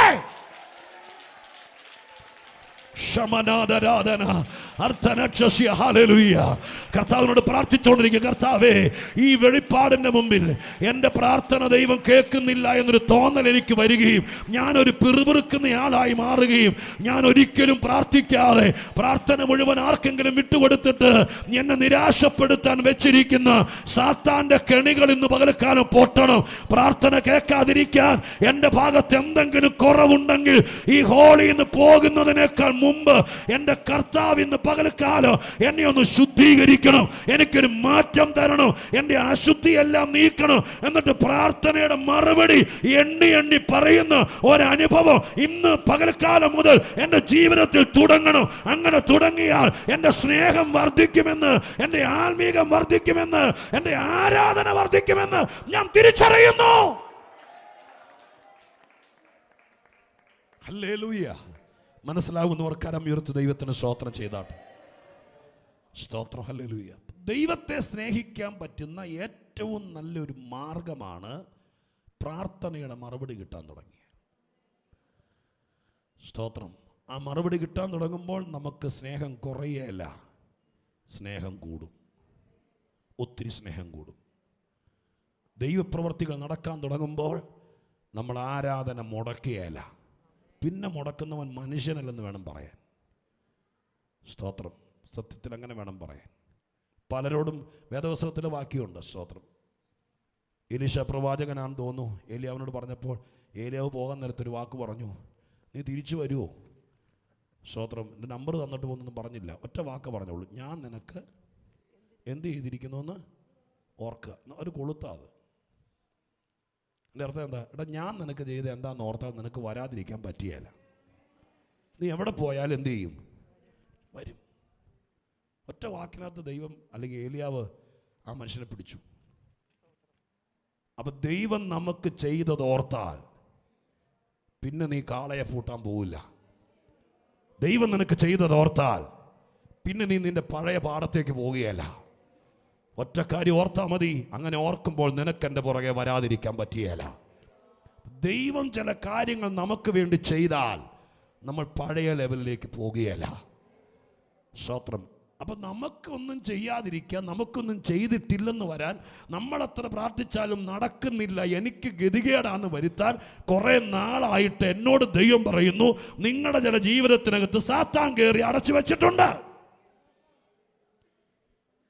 അത് ചിലപ്പോൾ നിങ്ങളുടെ ഭാഗത്തെ കുറവായിരിക്കാം. ഞാൻ സാത്താനെ കുറ്റം പറഞ്ഞുകൊണ്ട് നിങ്ങളെ തല ഊരി വിടുന്നതല്ല. നിങ്ങളുടെ ജീവിതത്തിനകത്ത് ദൈവം പ്രാർത്ഥന കേൾക്കാതിരിക്കാൻ വേണ്ടി എന്തെങ്കിലും കൊച്ചു കൊച്ചു കാര്യങ്ങൾ, ആ കാര്യങ്ങളെ ഇന്ന് ദൈവത്തിൻ്റെ സന്നിധിയിൽ കർത്താവ് ഇങ്ങനെ ആണി ഊരിക്കളയുന്നത് പോലെ ഈ ശുശ്രൂഷയിൽ ഊരിക്കളയണം. പ്രാർത്ഥന കേൾക്കാൻ തുടങ്ങിയാൽ നിങ്ങൾക്ക് ആത്മീകം വെറും കളിയായി കാണാൻ പറ്റില്ല. ദൈവം മറുപടി തരാൻ തുടങ്ങിയാൽ നിങ്ങൾക്ക് ആണ്ടിലൊരിക്കൽ മാത്രം കർത്താവിൻ്റെ അടുക്ക് വരുന്ന ശീലം തുടരാൻ പറ്റില്ല. നിങ്ങൾക്ക് ദൈവത്തിൻ്റെ പാദപീഠത്തിൽ നിന്ന് എഴുന്നേൽക്കാൻ പറ്റില്ല. നിങ്ങളുടെ ജീവിതത്തിൻ്റെ എന്ത് വിഷയം വന്നാലും നിങ്ങൾ ദൈവത്തിൽ ആശ്രയിക്കാൻ തുടങ്ങും. കാരണം എന്താ? പ്രാർത്ഥനയ്ക്ക് മറുപടി ഉണ്ടെന്ന് തിരിച്ചറിഞ്ഞു. ഇതൊരു സ്നേഹബന്ധത്തിലേക്ക് വരുന്ന സ്തോത്രം ഒരു വലിയ കാര്യമാണ് പ്രാർത്ഥനയുടെ മറുപടി. നമ്മുടെ കാര്യം നടക്കുന്നു എന്നുള്ളത് മാത്രമല്ല, ഭയങ്കര ബന്ധമുണ്ടാവും. ഭയങ്കര ബന്ധമുണ്ടാവും. ആ ബന്ധത്തിലേക്ക് വരാതിരിക്കാൻ നമ്മുടെ പ്രാർത്ഥനകളെ പലതും തടഞ്ഞിട്ടുണ്ടെങ്കിൽ ഇന്നത്തെ ദിവസം അതിൻ്റെ പരിഹാരം നിങ്ങൾ തലച്ചോറ് തുറന്ന് ചിന്തിക്കണം. ദൈവം പറയുന്നു, നിൻ്റെ പ്രാർത്ഥന ഞാൻ കേൾക്കാം. നിനക്ക് വേണ്ടി പാസ്റ്റർ പ്രാർത്ഥിച്ചാൽ കേൾക്കാമെന്നല്ല, നിൻ്റെ പ്രാർത്ഥന ഞാൻ കേൾക്കാം. അങ്ങനെയാണ് ബൈബിൾ എഴുതിയിരിക്കുന്നത്. അത് നടക്കത്തില്ലെന്ന് നിൻ്റെ മനസ്സിനെ പറഞ്ഞ് പഠിപ്പിച്ചിരിക്കുന്ന തെറ്റായ പിശാചിൻ്റെ തന്ത്രങ്ങളെ, ആ കയ്യെഴുത്തുകളെ ഇന്ന് സ്വർഗ്ഗം ഇവിടെ വെച്ച് മായ്ക്കുകയാണ്. ഇന്ന് പ്രാർത്ഥിക്കണം, കർത്താവേ ഒരടയാളം എനിക്ക് ചെയ്യണം. ഫെബ്രുവരി മാസം തീരുന്നതിനേക്കാൾ മുമ്പ് ഞാൻ പ്രാർത്ഥിച്ച ഒരു പ്രാർത്ഥനയ്ക്ക് സ്വർഗം മറുപടി അയക്കണം. എൻ്റെ ദൈവം ഇതൊരു അടയാളമായി ചെയ്യണം. അതെൻ്റെ കുഞ്ഞിൻ്റെ ജീവിതത്തിലായിക്കോട്ടെ, എൻ്റെ ജീവിതത്തിലായിക്കോട്ടെ, അത് ഏത് വിഷയത്തിലായിക്കോട്ടെ, ഒരു പ്രാർത്ഥനയുടെ മറുപടി ഈ മാസം തീരുന്നതിനേക്കാൾ മുമ്പ് ഞങ്ങൾക്ക് തരണമെന്ന് ദൈവത്തോട് ചോദിക്കാമോ? സ്വർഗത്തിലെ ദൈവത്തിന് സന്നിധി അതിന്റെ കുറവുകളെ പരിഹരിച്ച് പരിശുദ്ധാത്മാവ് മറുപടി തരണമെന്ന് പ്രാർത്ഥിച്ചു. ദൈവം അത് തരാൻ വിശ്വസ്തനായ ദൈവമാണ്. പ്രാർത്ഥനയുടെ മറുപടി കിട്ടിയാൽ നമുക്ക് ദൈവത്തെ സ്നേഹിക്കാതിരിക്കാൻ പറ്റാത്തൊരു ബന്ധമാവും. ഹല്ലേലൂയ. ദൈവത്തിൻ്റെ ഏറ്റവും വലിയ ഡിമാൻഡ്, ദൈവത്തിൻ്റെ ഏറ്റവും വലിയ ചോദ്യം, സ്തോത്രം, നീ എന്നെ സ്നേഹിക്കുന്നു എന്നുള്ളതാണ്. ദൈവത്തിൻ്റെ പരാതി, നിനക്ക് പണ്ടത്തെ പോലെ എൻ്റെ ആ വാക്യങ്ങളൊക്കെ എടുത്തു തരണോ? നിങ്ങൾക്കറിയാവുന്ന വാക്യങ്ങളല്ലേ? നിന്റെ ആദ്യ സ്നേഹം, അങ്ങനെ ഒരു വാക്യമില്ലേ? ഇതാരാ പറഞ്ഞത്? ഇപ്പൊ ദൈവത്തിന്റെ ഏറ്റവും വലിയ പരാതി എന്താ? എൻ്റെ പാട്ടിന് പണ്ടത്തെ പോലെ ട്യൂണില്ല. അങ്ങനെ ആരോടെങ്കിലും പറഞ്ഞിട്ടുണ്ടോ ദൈവം? ഇല്ല, പറയൂല്ല. നിങ്ങൾ പേടിക്കണം. അതിപ്പോൾ ഉപദേശിമാർ പറയായിരിക്കും, പക്ഷെ ദൈവം പറയുകയല്ല. സ്തോത്രം. എൻ്റെ ആ പണ്ടത്തെ പോലെ ഒച്ചയൊന്നുമില്ല, അങ്ങനെ ദൈവം പറയൂ? ഇല്ല. പിന്നെ ദൈവത്തിൻ്റെ പരാതി എന്തായിരുന്നു? നിന്റെ പണ്ടത്തെ പോലെ നിനക്ക് എന്നോട്, അതൊരു പരാതിയാണ്. ആ ദൈവം ആരുടെ മുഖത്ത് നോക്കി പറയും? സ്തോത്രം. മനസ്സിലായോ? ആരുടെ മുഖത്ത് നോക്കി പറയും? നിനക്കെന്നോട് സ്നേഹമില്ല. സ്തോത്രം. അല്ലെങ്കിൽ പത്രോസിനോട് ചോദിച്ചു, എന്ത് ചോദിച്ചു? നിനക്കെന്നോട് സ്നേഹമുണ്ടോ? ദൈവത്തിൻ്റെ ചോദ്യം ഇതാണ്. സ്തോത്രം. നിനക്കെന്നോട് സ്നേഹമുണ്ടോ? അത് ദൈവം ചോദിക്കും. ദൈവത്തെ സ്നേഹിക്കാൻ ദൈവം ആഗ്രഹിക്കുന്നുണ്ട്, ദൈവം അത് കൊതിക്കുന്നുണ്ട്. അത് നടക്കാതിരിക്കാനുള്ള അടവുകൾ സാത്താൻ നോക്കുന്നുണ്ട്. സ്തോത്രം. ഒരു 5 തെളിവ് ഞാൻ പറയാം. ദൈവത്തെ സ്നേഹിച്ചാൽ നമുക്കുണ്ടാകാൻ പോകുന്ന അസാധാരണമായിരിക്കുന്ന അനുഗ്രഹങ്ങൾ. അത് പ്രാർത്ഥിച്ചാലല്ല, ആരെക്കൊണ്ടെങ്കിലും പ്രാർത്ഥിപ്പിച്ചാലല്ല, സുവിശേഷ വേലയ്ക്ക് പണം കൊടുത്താലല്ല. സ്തോത്രം. ദൈവത്തെ സ്നേഹിച്ചാൽ അവർക്കുണ്ടാകുന്ന ഭയങ്കരമായിരിക്കുന്ന പ്രത്യേകതകൾ. ഒന്ന് വാക്യം നമ്മൾ നോക്കാം. ന്യായാധിപന്മാരുടെ പുസ്തകം 5:31 ആദ്യം വായിക്കാം. ന്യായാധിപന്മാരുടെ പുസ്തകം 5-ാം അധ്യായം അതിൻ്റെ 31-ാമത്തെ വാക്യത്തിനകത്ത് എഴുതിയിരിക്കുന്നത് ഇങ്ങനെയാണ്. ന്യായാധിപന്മാർ 5-ാം അധ്യായം 31-ാമത്തെ വാക്യത്തിനകത്ത് എഴുതിയിരിക്കുന്നത് നോക്കാം. 5:31. യഹോവേ, നിന്റെ ശത്രുക്കളൊക്കെയും ഇവണ്ണം നശിക്കട്ടെ. അടുത്ത വാക്ക്, അവനെ സ്നേഹിക്കുന്നവരോ സൂര്യൻ പ്രതാപത്തോടെ ഉദിക്കുന്നത് പോലെ തന്നെ മതി. സ്തോത്രം. ആ രണ്ടാമത്തെ ഇടയിൽ കിടക്കുന്ന വാക്കുകൾ പുറത്തേക്ക് എടുക്കുകയാണ്. അവനെ അഥവാ ദൈവത്തെ സ്നേഹിക്കുന്നവർ അവരെന്തായി തീരും? സൂര്യൻ വെറുതെ ഉദിക്കുന്നത് പോലെ നല്ല എഴുതിയിരിക്കുന്നത്, പ്രതാപത്തോടെ. സ്തോത്ര. ഹല്ലേലൂയ. മറ്റൊരു വാക്യത്തിൽ പറയുന്നുണ്ട്, നട്ടുച്ചയ്ക്ക് സൂര്യൻ നീതിമാന്റെ പാത, അവരെ സ്നേഹിക്കുന്നവന്റെ വഴി എന്ന് പറയുന്നത് സ്തോത്രം ഉച്ച സൂര്യനെ പോലെ ആയിരിക്കുന്നു. സ്തോത്രം. ഈ വാക്യത്തിനകത്ത് ഒരു സരളമായിരിക്കുന്ന ആലങ്കാരിക പ്രയോഗമാണ് കൊടുത്തിരിക്കുന്നത്. ആരെങ്കിലും പ്രാർത്ഥനയ്ക്ക് വന്നാൽ എന്നല്ല എഴുതിയിരിക്കുന്നത്. സ്തോത്രം. പോകാൻ നേരത്ത് എന്തെങ്കിലും സ്തോത്ര കാഴ്ച കൊടുത്താലെന്നല്ല എഴുതിയിരിക്കുന്നത്. ആരെങ്കിലും ദൈവത്തെ സ്നേഹിച്ചാൽ ആ സ്നേഹിക്കുന്നവൻ എങ്ങനെയായി മാറും? നല്ല സൂര്യൻ പ്രതാപത്തോടെ ഉദിച്ചു കയറുന്നത് പോലെ. സ്തോത്രം. എന്ന് പറഞ്ഞാൽ എന്താ നമ്മൾ ധരിക്കേണ്ടത്? സ്തോത്രം. കിഴക്കൻ ചക്ര, നമ്മൾ പറഞ്ഞു ശീലിച്ച വാക്ക് പറയുക, ശാസ്ത്രീയമായി പറയുകയല്ല. കിഴക്കൻ ചക്രവാളത്തിൽ സൂര്യൻ ഉദിച്ചു വരികയാണ് നമ്മളൊക്കെ ഉണരുന്നതിനേക്കാൾ മുമ്പ്. അപ്പോൾ നല്ല മഞ്ഞുള്ള സമയമാണ്. സ്തോത്രം. നല്ല കനിവവിച്ച മഞ്ഞെല്ലാം കൂടി രാവിലെ നിങ്ങൾ ഉണർന്നു നോക്കിയാൽ 5 മണി 5:30 മണിക്ക് ഉണർന്നു നോക്കിയാൽ നിങ്ങളുടെ മുറ്റത്തേക്ക് നോക്കിയാൽ നിങ്ങളുടെ മുറ്റത്ത് നിൽക്കുന്ന ചെടിച്ചട്ടി കാണാൻ പറ്റില്ല. മുറ്റത്ത് നിൽക്കുന്ന സ്തോത്രം ചിലപ്പോൾ ചെടി കാണാൻ നിൽക്കില്ല. നിങ്ങൾ മുറ്റത്ത് നിൽക്കുന്ന പ്ലാവ് കാണാൻ പറ്റില്ല. കാരണം പുക പോലെ മഞ്ഞ് മൂടി നിൽക്കുകയാണ്. ഇതുപോലെ മഞ്ഞ് കനീഭവിച്ച് ചക്രവാളത്തിൽ ഉരുണ്ടുകൂടിയാൽ സൂര്യൻ ഉദിച്ചു വരുമ്പോൾ മഞ്ഞുണ്ടെന്നും പറഞ്ഞുകൊണ്ട് അകത്ത് കയറി പോവുക സൂര്യൻ. കാർമേഘങ്ങളും വെള്ളമേഘങ്ങളും മുഴുവൻ ഇങ്ങനെ പുക പോലെ മൂടി നിന്നാൽ എന്നാൽ ഇന്ന് ഉദിക്കണ്ടെന്ന് എന്തെങ്കിലും സൂര്യൻ തീരുമാനിച്ചോ? ഇല്ല. അതിന്റെ അർത്ഥം എന്താ? ഉദിക്കാൻ തീരുമാനിച്ച സൂര്യനെ തടയാൻ ഒരുവിധ മേഘങ്ങൾക്കും ഒരുവിധ വിഷയങ്ങൾക്കും കഴിയില്ല. അതൊരു സൈക്ലിംഗ് ആണ്, സിസ്റ്റമാണ്. അതുകൊണ്ട് പറയാം, പോരാട്ടങ്ങൾക്കോ പ്രശ്നങ്ങൾക്കോ പ്രതികൂലങ്ങൾക്കോ തടയാൻ കഴിയാതെ വണ്ണം നിന്നെ പുറത്തു കൊണ്ടുവരുന്ന, ഒരു രാത്രി കഴിഞ്ഞ് പുറത്തു കൊണ്ടുവരുന്ന ഒരു വലിയ സിസ്റ്റമാണത്. അതിനെ തടയാൻ ഒരു ശക്തിക്കും ഒരു തടസ്സത്തിനും കഴിയില്ല.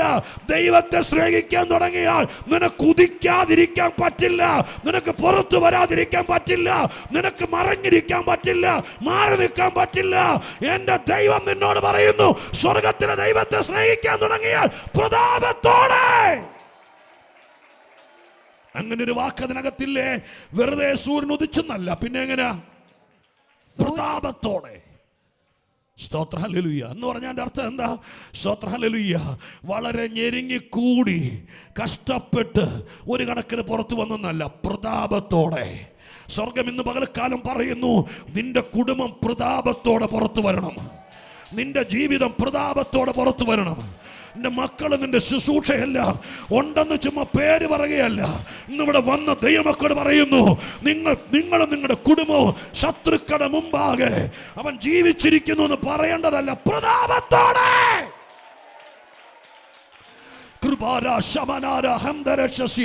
അതെങ്ങനെ സാധിക്കുമെന്നുള്ളതിന് പരിശുദ്ധാത്മാവ് ഇന്ന് പകൽക്കാലം ഇതിനകത്ത് വന്നവരോട് മറുപടി പറയുക.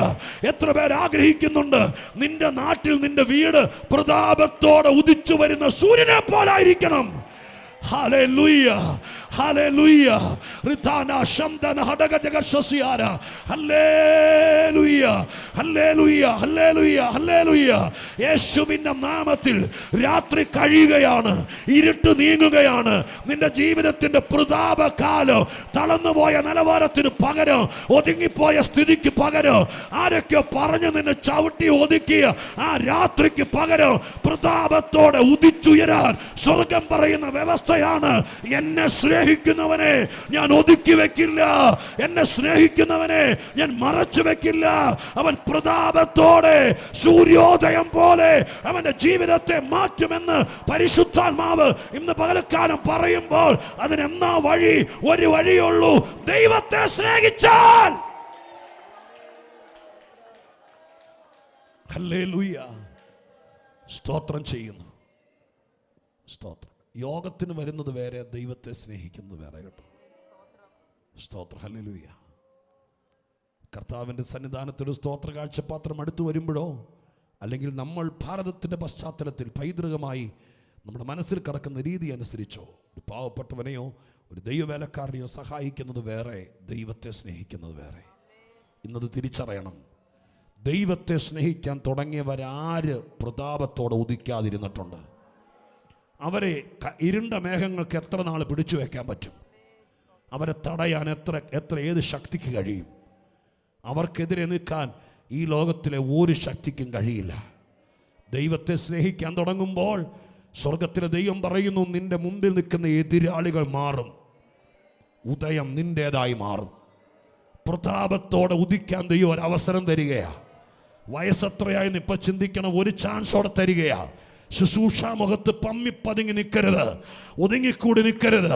സ്വർഗം പറയുന്നു, നമുക്ക് വേണമെങ്കിൽ ഏതെങ്കിലും സംഘടനയുടെ ഒരു ഐഡന്റിറ്റി കാർഡ് ഒപ്പിക്കാം. സങ്കീർത്തനം 23 പോലും വായിക്കാൻ അറിയാത്തവനും വേണമെങ്കിൽ ഒരു ഓർഡിനേഷൻ കാർഡ് ഒപ്പിക്കാം. പക്ഷെ നിന്റെ ശുശ്രൂഷ പ്രതാപത്തോടെ വരണമെങ്കിൽ സ്വർഗം ചിലരോട് ദൂത് പറയുന്നു, ദൈവത്തെ സ്നേഹിക്കുമ്പോൾ അവരുടെ നിലവാരം ഉദിച്ചു വരും. നിന്നെ ലോകത്തിന് ആവശ്യമായി വരും. യേശുവിന്റെ നാമത്തിൽ സൂര്യനെ ഈ പ്രപഞ്ചത്തിന് ആവശ്യമാണ്. ഹല്ലേലൂയ. സ്തോത്രം. ഹല്ലേലൂയ. പ്രപഞ്ചമുണ്ടായ നാള് മുതൽ, സിസ്റ്റമാറ്റിക്കായി ദൈവം വെച്ച കാലം മുതൽ, നേരം വെളുക്കുമ്പോൾ സൂര്യൻ ഉദിച്ചു കയറും. സ്തോത്രം. സൂര്യനെ ഈ പ്രപഞ്ചത്തിന് ആവശ്യമാണ്. സ്തോത്രം. ആരെങ്കിലും കിഴക്കോട്ട് നോക്കി എന്ന് പറയോ? സ്തോത്രം. ശപിച്ചുകൊണ്ട് പറയോ രാവിലെ പിന്നെയും വരുന്നുണ്ടവൻ പറയോ? ഇല്ല. സ്തോത്രം. കാരണം എന്താ? സൂര്യനെ ഇവിടെ ആവശ്യമാണ്. നമ്മൾ പലരും പറഞ്ഞോട്ടെ, വെള്ളിയാഴ്ച പകൽ 5 തൂക്കി ചെല്ലുന്ന കാണുമ്പോഴേ അവർ പറയും മെനക്കേട് വരുന്നുണ്ട്. നമുക്ക് നാണമില്ലാത്തതിൻ്റെ പിന്നെയും ചെല്ലുകയാണ്. പക്ഷെ നിന്റെ ശുശ്രൂഷ പ്രതാപത്തോട് ഉദിച്ചാൽ നീ വരാൻ വേണ്ടി കൊതിക്കും. ഹല്ലേലൂയ. മനസ്സിലാകുന്നു? ഒരു 3:30 ആകുമ്പോൾ മുതൽ ജനൽ തുറന്നിട്ട് കോഴി കൂകുന്നുണ്ടോ, വെട്ടം കീറുന്നുണ്ടോ, നേരം വെളുക്കാൻ കൊതിക്കുന്ന ആളുകളുണ്ട്. എന്നതുപോലെ നിന്നെ ആഗ്രഹിക്കുന്ന, നിന്നെ തള്ളിക്കളയാൻ, ഒഴിവാക്കാൻ, സ്വത്രം നീ പൊങ്ങി വരാതിരിപ്പാൻ മാക്സിമം കെണികൾ ഒരുക്കിയവരുടെ നടുവിൽ നിന്നെ കൊതിക്കുന്നവരുണ്ടാകുമെന്ന് പരിശുദ്ധാത്മാവ് ഇന്ന് പകൽക്കാലം പ്രവചനദൂത് പോലെ പറയുകയാണ്. സ്വർഗം പറയുന്നു, നിന്റെ വീട്ടുകാർ നിന്നെ ആഗ്രഹിക്കും, നിന്റെ പ്രാർത്ഥന ആഗ്രഹിക്കും. അന്ന് വേണ്ടെന്ന് പറഞ്ഞവർ, അന്ന് നീ കാലെടുത്ത് വെച്ചപ്പോൾ നിനക്ക് വിരോധമായി പലതും അപവാദം പറഞ്ഞവർ, അവരാഗ്രഹിക്കും നീ ഒന്ന് വന്നെങ്കിൽ കൊള്ളായിരുന്നു. ഹല്ലേലൂയ. റിതാല ശമനാദ രക്ഷസിയ. ഹല്ലേലൂയ. 2:30-3 മണി മുതൽ ഉറങ്ങാതെ തിരിഞ്ഞും മറിഞ്ഞും കിടക്കുക. നേരമൊന്ന് വെളുക്കാൻ, സൂര്യനൊന്ന് വരാൻ എന്ന ക്രമത്തിൽ ഇന്ന് പകൽക്കാലം ശുശ്രൂഷയുള്ളവരോട്, കൃപയുള്ളവരോട്, വിളിക്കപ്പെട്ടവരോട് പരിശുദ്ധാത്മാവ് പറയുന്നു, ദൈവത്തെ സ്നേഹിക്കുന്ന കാര്യത്തിൽ മടിക്കരുത്. നിന്റെ പ്രാർത്ഥന ഫലിക്കാൻ തുടങ്ങിയാൽ നിനക്ക് ദൈവത്തെ സ്നേഹിക്കാതിരിക്കാൻ പറ്റില്ല. അങ്ങനെ സ്നേഹിക്കാൻ തുടങ്ങിയാൽ സൂര്യൻ ഉദിച്ചു കയറുന്നത് പോലെ പ്രതാപത്തോടെ, ഞാൻ വീണ്ടും ആത്മാവിൽ പറയുന്നു, പ്രതാപത്തോടെ, അപമാനത്തോടല്ല, ഒതുക്കത്തോടല്ല, നീ ആരുടെയെങ്കിലും കാലും കയ്യും പിടിച്ചിട്ടല്ല, പ്രതാപത്തോടെ ഒരു കയറി വരവ് നിനക്കും നിന്റെ സന്തതിക്ക് ഉണ്ടെന്ന് പരിശുദ്ധാത്മാവ് ഇന്ന് പകൽക്കാലം ആലോചന പറയുന്നു. കൃപയോടെ, കൃപയോടെ, കൃപയോടെ.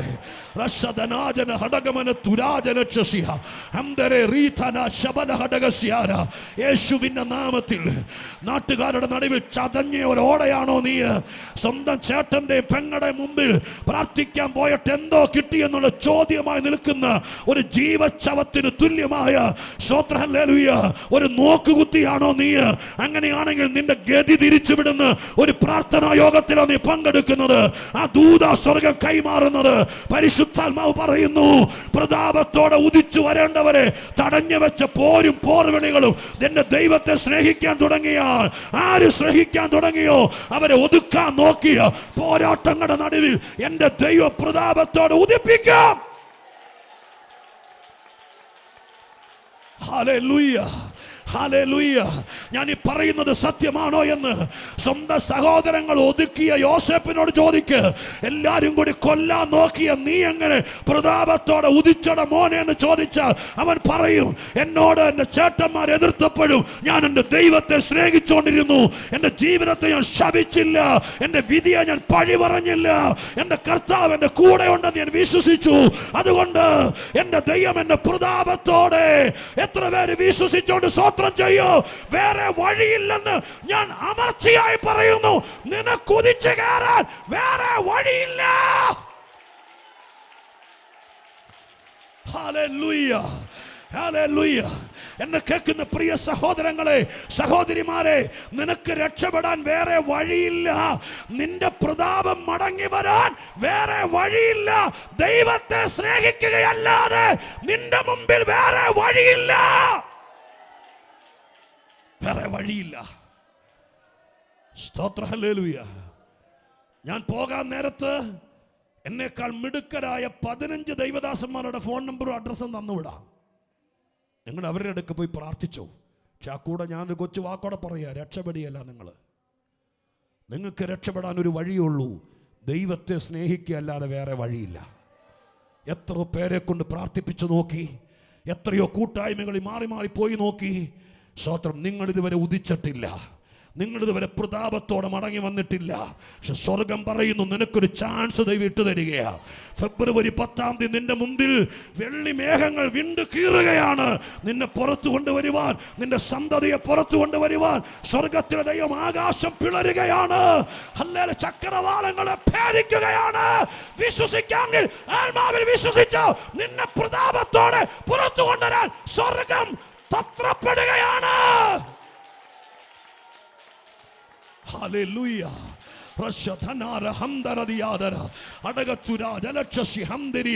അപ്പനും അമ്മയും മറന്ന ദാവീദിനോട് ചോദിക്ക്, നീ എങ്ങനെ സിംഹാസനത്തിൽ വന്നടാ? പറയും, കാട്ടിൽ ഒറ്റയ്ക്ക് കിടന്നപ്പോഴും ഞാൻ എൻ്റെ ദൈവത്തെ സ്നേഹിച്ചു. എൻ്റെ പാട്ടുകൾ മുഴുവൻ സ്നേഹത്തിൻ്റെ പ്രേമഗീതങ്ങളായിരുന്നു. എന്നെ സ്നേഹിച്ചവനെ, എന്നെ കരുതിയവനെ, എൻ്റെ തലയിൽ അഭിഷേകം ഒഴിച്ചവനെ, എന്നെ മറക്കാത്തവനെ, അവനെ കുറിച്ചുള്ള കീർത്തനങ്ങളായിരുന്നു എൻ്റെ തൂലികത്തുമ്പിൽ പുറത്തു വന്നത്. ഞാൻ പാടിയത് മുഴുവൻ സ്വത്ര യൂത്ത് ഫെസ്റ്റിവലിന് സമ്മാനം മേടിക്കാൻ എഴുതിയ പാട്ടുകളല്ല, എൻ്റെ ദൈവത്തിന്റെ പ്രേമഗീതങ്ങളാണ്, അവനോടുള്ള സ്നേഹത്തിന്റെ പ്രദർശനങ്ങളാണ്. ആ പാട്ടുകൾക്കകത്ത് എൻ്റെ ഹൃദയമുണ്ട്, എനിക്ക് എൻ്റെ ദൈവത്തോടുള്ള സ്നേഹമുണ്ട്. ആ സ്നേഹമാണ് എന്നെ സിംഹാസനത്തിൽ പ്രതാപത്തോടെ കൊണ്ടിരുത്തിയത്.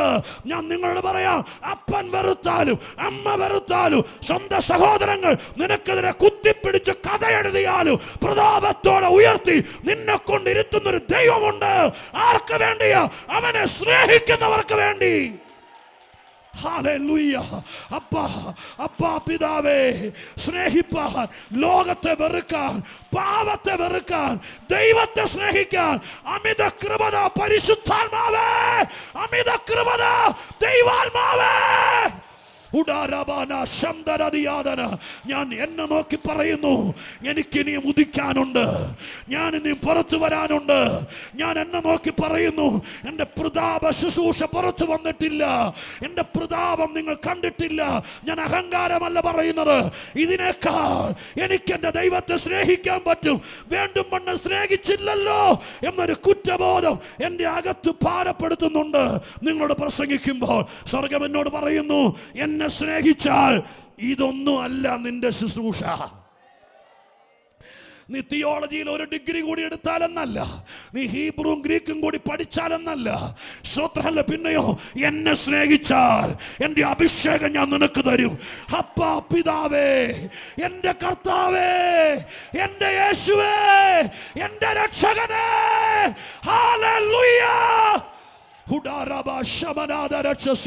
ഹല്ലേലൂയ. തിരിച്ചറിയാൻ വൈകിപ്പോയൊരു ദൂത് ഇന്ന് പകൽക്കാലം കുത്തിക്കെട്ടഴിച്ച് ഇവിടെ വന്ന ദൈവമക്കൾക്ക് വേണ്ടി കൈമാറുകയാണ്.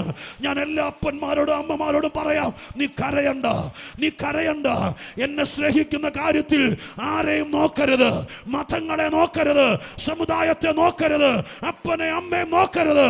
എന്നെ സ്നേഹിക്കുന്ന കാര്യത്തിൽ ഇന്ന് പകൽക്കാലം കൈയടക്കാതെ സ്നേഹിക്കാൻ തുടങ്ങിയാൽ നിന്നിൽ ഇതിലൂടെ എൻ്റെ പ്രതാപം ഞാൻ തെളിയിക്കും.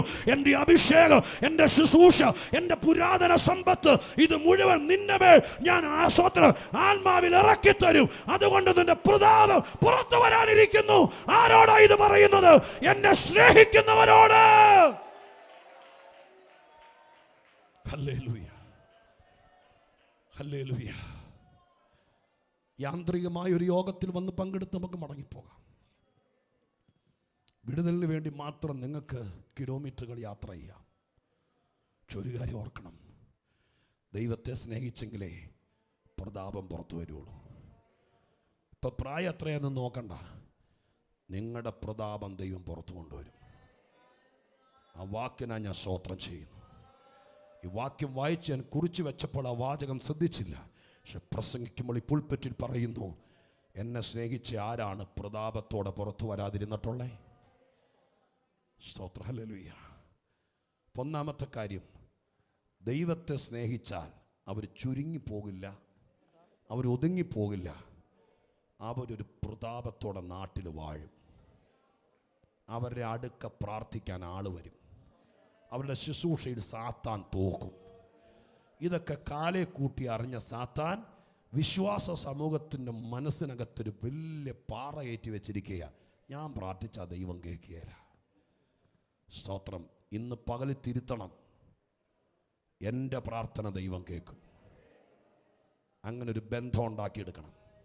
അതിനെന്തെങ്കിലും പൊട്ടും പൊടിയും കുറവും ഉണ്ടെങ്കിൽ അത് കുത്തിയിരുന്ന് പ്രാർത്ഥിച്ച് ഏറ്റു പറഞ്ഞ് ദൈവത്തോട് ക്ഷമ ചോദിക്കണം. പ്രാർത്ഥന ദൈവം കേൾക്കുന്ന രീതിയിലൊരു ജീവിതത്തിലേക്ക് വരണം.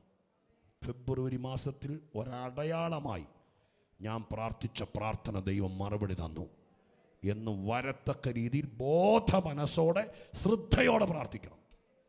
അവിടെ മുതൽ പ്രാർത്ഥനയുടെ മറുപടി സ്നേഹം വർദ്ധിപ്പിക്കണം. ആ ബന്ധം നിങ്ങളെ ജയരാക്കി മാറ്റും, ശക്തരാക്കി മാറ്റും.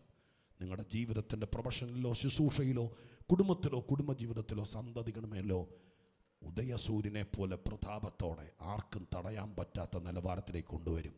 അതുകൊണ്ടാണ് അങ്ങനെ ഉപമാനിച്ചത്.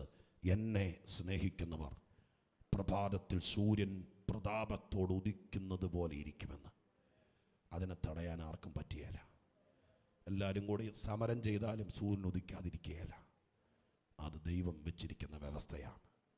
കരമുയർത്തി ഒന്ന് കർത്താവിന് സ്തോത്രം ചെയ്തേ. വേറൊരാളെ ഞാൻ കാണിച്ചു തരാം. വേറൊരു വാക്യം ഞാൻ കാണിച്ചു തരാം. ലൂക്കോസിൻ്റെ സുവിശേഷം 7-ാം അധ്യായം 47-ാം വാക്യത്തിലേക്ക് വരാമോ? ലൂക്കോസിൻ്റെ സുവിശേഷം 7-ാം അധ്യായം 47-ാമത് വാക്യത്തിലേക്ക് നിങ്ങളുടെ ശ്രദ്ധയും തിരിക്കാമോ? ലൂക്കോസ് 7:47 എന്താ എഴുതിയിരിക്കുന്നത്? ലൂക്കോസ് 7:47. അനേകമായ പാപങ്ങൾ മോചിച്ചിരിക്കുന്നു എന്ന് ഞാൻ നിന്നോട് പറയുന്നു. എല്ലാവരും ആ ബൈബിളിന്റെ വാക്യം ഒന്നെടുത്തേ. 47-ാം വാക്യം. ഇവളുടെ ഇവളുടെ അനേകമായ പാപങ്ങൾ മോചിച്ചിരിക്കുന്നു എന്ന് ഞാൻ നിന്നോട് പറയുന്നു. അടുത്തത്, അവൾ വളരെ സ്നേഹിച്ചുവല്ലോ. അല്പം മോചിച്ച് കിട്ടിയവർ അല്പം സ്നേഹിക്കുന്നു. വേണ്ട വാക്ക് മാത്രം എടുക്കാം. ഈ സംഭവം യേശു പറയുന്നത് പരീശനായ ശീമോന്റെ വീട്ടിൽ വെച്ച. ശീമോൻ യേശുവിനെ സ്തോത്രം ഭക്ഷണം കഴിക്കാൻ വേണ്ടി ക്ഷണിച്ചു എന്ന് പറഞ്ഞുകൊണ്ടാണ് 36-ാം വാക്യം ആ സംഭവം ലൂക്കോസ് എഴുതി തുടങ്ങുന്നത്. പരീശന്മാരിൽ ഒരുത്തൻ തന്നോടുകൂടെ ഭക്ഷണം കഴിപ്പാൻ തന്നോടുകൂടെ ഭക്ഷണം കഴിപ്പാൻ അവനെ ക്ഷണിച്ചു. മതി, സ്തോത്രം. ഞാൻ ബാക്കി പറഞ്ഞുകൂടാ. ഭക്ഷണം കഴിക്കാൻ വിളിച്ചു. ഭയങ്കരമായിരിക്കുന്ന ഭക്ഷണം ഉണ്ടാക്കി വെച്ചു. യേശു സ്തോത്രം നാട്ടിൽ സമുന്നതനാണ്. ആദ്യകാലങ്ങളൊക്കെ പിന്നിട്ടു. ശീമോൻ യേശുവിനെ ഭക്ഷണം കഴിക്കാൻ വിളിക്കുന്നത് യേശു സ്നാനപ്പെട്ടതിൻ്റെ പിറ്റേ ദിവസമല്ല, യേശുവിൻ്റെ ശുശ്രൂഷയുടെ ഏറ്റവും ഇപ്പോൾ പറഞ്ഞതുപോലെ പ്രതാപമായിരിക്കുന്ന കാലം. ഒരു 3.5 വർഷമാണ് ശുശ്രൂഷ കാലയളവ്, യേശു അറിയപ്പെട്ട കാലയളവ്. അതിൽ ഈ 7-ാമത്തെ അധ്യായത്തിലേക്ക് ലൂക്കോസ് എഴുതി വരുമ്പോഴത്തേക്കും ഏകദേശം 2 വർഷം 2.5 വർഷം യേശുവിൻ്റെ ശുശ്രൂഷ പിന്നിട്ടിട്ടുണ്ട് എന്ന് കണക്കാക്കാം. 2 വർഷത്തിനുള്ളിൽ യേശു പരീശന്മാരുടെയും യഹൂദന്മാരുടെ ഇടയിൽ അവരുടെ പ്രമാണിമാരെക്കാളൊക്കെ ഒരു VVIP ആയി, ജനസമ്മതനായി, ജനപിന്തുണയുള്ള നേതാവായി. ഇത് പരീശൻ കണ്ടു. പരീശൻ യേശുവിനെ ഭക്ഷണത്തിന് വേണ്ടി വിളിക്കുക. എല്ലാ സാധനവും ഒരുക്കിയൊക്കെ വെച്ചു. വന്നു, സ്തോത്രം. അങ്ങനെ വന്ന സമയത്ത് ആ പരീശൻ്റെ വീട്ടിൽ ക്ഷണിക്കപ്പെടാത്ത ഒത്തിരി ആളുകളെ വിളിച്ചു വരുത്തി. പരീശൻ യേശു വരുന്നുണ്ടെന്നും പറഞ്ഞോണ്ട്. സ്തോത്രം. ക്ഷണം കിട്ടാത്ത, വിളി കിട്ടാത്ത ആ പട്ടണത്തിലെ ഏറ്റവും പാപിനിയായ ഒരു സ്ത്രീ. സ്തോത്രം. അവിടെ എഴുതിയിരിക്കുന്നത്, പട്ടണത്തിൽ പാപിയായ ഒരു സ്ത്രീ പരീശന്റെ വീട്ടിൽ ഭക്ഷണത്തിനിരിക്കുന്നത് അറിഞ്ഞ് ഒരു വെങ്കൽ ഭരണി പരിമള തൈലവുമായിട്ട് വന്നു. സ്തോത്രം. പരീശൻ വന്നു, ഷെയ്ക്കാൻ്റെ കൊടുത്തു, യേശുവിനെ കൊണ്ടിരുത്തി. പരീശനും യേശുവും കൂടി എന്തൊക്കെയോ കാര്യങ്ങൾ പറഞ്ഞുകൊണ്ടിരിക്കുക, ആൾക്കാർ കേട്ടോണ്ടിരിക്കുക. ഒത്തിരി ആൾക്കാരെല്ലാം വന്നിട്ടുണ്ട്, യേശുവിനെയും കേട്ടോ. അപ്പോഴാണ് യേശുവിൻ്റെ പുറകിൽ ഈ സ്ത്രീ വന്ന് നിൽക്കും. നമ്മൾ വന്ന വഴി കരയാൻ തുടങ്ങി. എന്നല്ല എഴുതിയിരിക്കുന്നത്, നമുക്ക് അറിയാവുന്ന കാര്യമാണെങ്കിലും. പരീശന്റെ വീട്ടിൽ ഭക്ഷണത്തിനിരിക്കുന്നത് അറിഞ്ഞ് ഒരു വെൺകൽ ഭരണി പരിമള തൈലം കൊണ്ടുവന്നു. പുറകിൽ അവന്റെ കാൽക്കൽ കൊണ്ട് നിന്ന് കണ്ണുനീർ കൊണ്ട് അവന്റെ കാല് നനച്ചു തുടങ്ങി. തലമുടി കൊണ്ട് തുടച്ചു, കാൽ ചുംബിച്ചു, തൈലം പൂശി. ആരും അറിയാതെ ഒരു സ്ത്രീ വന്നിട്ട് കരഞ്ഞുകൊണ്ട് കണ്ണീരുകൊണ്ട് കാല് നനച്ചു, തലമുടി കൊണ്ട് തുടച്ചു, ഭരണിയിൽ നിന്ന് തൈലം എടുത്ത് തൈലം പൂശി കർത്താവിൻ്റെ കാലെ മാറി മാറി ചുംബിക്കുക. ആ പരീശന് ദേഷ്യം വന്നു. ദേഷ്യം വരിക മാത്രമല്ല, യേശുവിനെ കുറിച്ച് തെറ്റിദ്ധാരണ ഉണ്ടായി. ഇവൻ പ്രവാചകനൊന്നുമല്ല. ആയിരുന്നെങ്കിൽ ഈ സ്ത്രീ ആരാന്നവനെ പിടികിട്ടിയാനെ. സ്തോത്രം.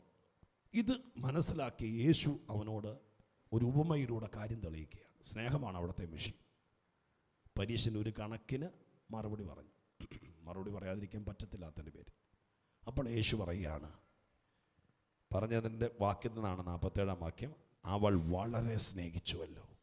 ആരെ സ്നേഹിച്ച കാര്യം പറയുന്നേ? അവൾ വളരെ സ്നേഹിച്ചുവല്ലോ എന്ന് ആരെ സ്നേഹിച്ച കാര്യം പറയുന്നേ? യേശുവിനെ. അപ്പോൾ നിങ്ങൾ നോക്കിയേ, വിരുന്നൊരുക്കി ആളുകളെ വിളിച്ചു വരുത്തി വീട്ടിൽ യോഗം വെച്ചു. പക്ഷേ യേശുവിനോട് സ്നേഹമുള്ളതുകൊണ്ടല്ല പരീശൻ യോഗം വെച്ചത്. നമ്മളും പല യോഗം വെച്ചത് യേശുവിനോട് സ്നേഹമുള്ളതുകൊണ്ടല്ല. സ്തോത്രം. സത്യം പറയുന്നേ, എന്നെ നോക്കി തലയാട്ടണ്ട, സത്യം പറയുന്നേ. പല യോഗവും സ്നേഹമുള്ളതുകൊണ്ടല്ല വെച്ചത്. ഒന്നുകിൽ ഇങ്ങനെ ലിസ്റ്റിട്ട് കറങ്ങി വന്നതിൻ്റെ പേരിൽ സ്തോത്രം നമ്മുടെ പേര് വെച്ചപ്പോൾ അവിടെ വെച്ചെന്നുള്ളൂ, അല്ലെങ്കിൽ മറ്റെന്തെങ്കിലും കാര്യത്തിനായിരിക്കും. പക്ഷേ യേശു ഇവിടെ പറഞ്ഞു, യോഗം വെച്ചത് നീയാണ്, വിളിച്ചത് നീയാണ്. പക്ഷെ ഇവിടെ ഏറ്റവും സ്നേഹിച്ചത് ആ സ്ത്രീയാണ്.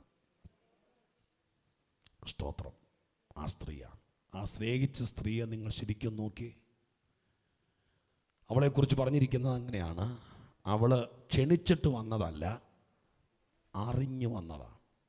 അങ്ങനെയല്ല എഴുതിയിരിക്കുന്നത്, അറിഞ്ഞു വന്നതാണ്. എല്ലാ യോഗത്തിനും ക്ഷണിച്ചു വരുന്നവർ ഓർത്തോളണം, നിങ്ങൾക്ക് കർത്താവിനോട് വലിയ സ്നേഹമൊന്നുമില്ല.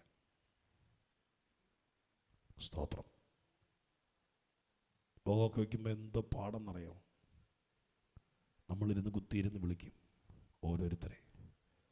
വിളിക്കുമ്പോഴും പല ഒഴിവുകൾ പറയും. പിന്നെ നമ്മൾ പറയും വണ്ടി വിടാന്ന് പറയും. അതൊന്നും എന്തിൻ്റെ പുറത്തുള്ളതല്ല, സ്നേഹത്തിൻ്റെ പുറത്തല്ല. ക്ഷണിക്കാതെ യേശു ഉണ്ടെന്ന് അറിഞ്ഞു വന്നത് സ്നേഹത്തിൻ്റെ പുറത്ത് വന്നതാണ്. അവൾക്കിവിടെ രോഗം മാറുന്നതോ ഒന്നും അല്ലല്ലോ. ഒരു വിഷയം അവൾ പറഞ്ഞു, എന്തെങ്കിലും വിഷയം പറഞ്ഞു. അവിടെ എന്തെങ്കിലും വിഷയം കണ്ടോ? ഇല്ല. ഇന്നിവിടെ വന്നിരിക്കുന്ന എല്ലാവർക്കും വിഷയം ഉണ്ടാകും. ഞാൻ നിങ്ങളെ പിണക്കുകയല്ല, വിഷയമുള്ളത് കൊണ്ടാണ് വന്നത്.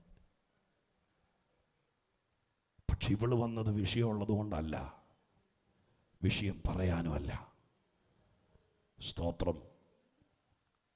ഇവളുടെ പാപക്കുരുക്കിനകത്ത് നിന്ന് പുറത്തു കൊണ്ടുവരാൻ കരുത്തുള്ള ഒരുവനാണ് യേശു എന്നറിഞ്ഞു. അറിഞ്ഞുകൊണ്ട് വന്നതാണ്. ഇവളോട് ആരും സ്തോത്രം ഭരണി പൊട്ടിക്കാനോ ഭരണി കൊണ്ടുവരണമെന്നോ വരുമ്പോൾ കരയണമെന്നോ കണ്ണീര് കൊണ്ട് കാല് നനയ്ക്കണമെന്നോ പറഞ്ഞതല്ല. മനസ്സിനകത്ത് ഉദിച്ചത് അവിടെ ചെയ്യുക, അതാണ് ആരാധന. 3 സ്തോത്രം പറയുന്നതോ ഒരു പാട്ട് പാടുമ്പോൾ കൈയടിക്കുന്നതോ അതൊന്നുമല്ല. നമ്മുടെ മനസ്സ് തുളുമ്പുന്നതാണ് ആരാധന. സ്തോത്രം. ദൈവത്തിന് കൊടുക്കുന്നതാണ്. അതെന്നോട് കാണിച്ച സ്നേഹത്തിന് തക്കവണ്ണം ഇവിടെ ആരെങ്കിലും വേറെ ഭരണി കൊണ്ടുവന്നിട്ടുണ്ടോ, ഇവിടെ ആരെങ്കിലും വേറെ ഇത് ചെയ്യുന്നുണ്ടോ, ഇതൊന്നും വിഷയമല്ല. ആരും കരഞ്ഞില്ലെങ്കിലും ഇവള് കരഞ്ഞു. ആരും കർത്താവിന്റെ കാല് നനച്ചില്ലെങ്കിൽ ഇവള് നനച്ചു. ആരും ഭരണി കൊണ്ടുവന്നില്ലെങ്കിൽ ഇവിടെ കൊണ്ടുവന്നു. ആരും കർത്താവിന് തൈലം പൂശിയില്ലെങ്കിൽ തൈലം പൂശി. കാരണം ഇവള അധികം സ്നേഹിക്കുന്നു. സ്തോത്രം, ഹല്ലേലൂയ. ഇന്ന് പകൽക്കാലം ഞാൻ ആത്മാവിൽ പറയാം, ആ വീട്ടിൽ ഏറ്റവും മാനിക്കപ്പെട്ടത് പരീശനല്ല. ആ വീട്ടിലെ പ്രസംഗ വിഷയം പരീശനല്ല. ആ വീട്ടിലെ പ്രസംഗ വിഷയം മേശപ്പുറത്ത് വിളമ്പി വെച്ച കാളയോ ആടോ കോഴിയോ അല്ല. ആ വീട്ടിലെ പ്രസംഗ വിഷയം ഇപ്പോൾ ഈ സ്ത്രീയാണ്. ഞാൻ പറയുന്നത് ശരിയല്ലേ? കാശ് മുടക്കിയത് മറ്റാരോ, പക്ഷേ സ്തോത്രം, ഹല്ലേലൂയ, പ്രസിദ്ധമായത് ഈ പാവപ്പെട്ട സ്ത്രീയാണ്. ഞാനൊരു ദൂത് പറയാം, നീ ദൈവത്തെ സ്നേഹിക്കാൻ തുടങ്ങിയാൽ നീ പണം മുടക്കാതെ നിന്നെ ദൈവം പ്രസിദ്ധമാക്കും. സ്തോത്രം, ഹല്ലേലൂയ. നിനക്ക് വേണ്ടി ചിലർ യോഗം വെപ്പിക്കും, നിനക്ക് വേണ്ടി ചിലർ വിരുന്ന് കഴിക്കും, നിനക്ക് വേണ്ടി ചിലർ യേശുവിനെ വിളിച്ചു വരുത്തും.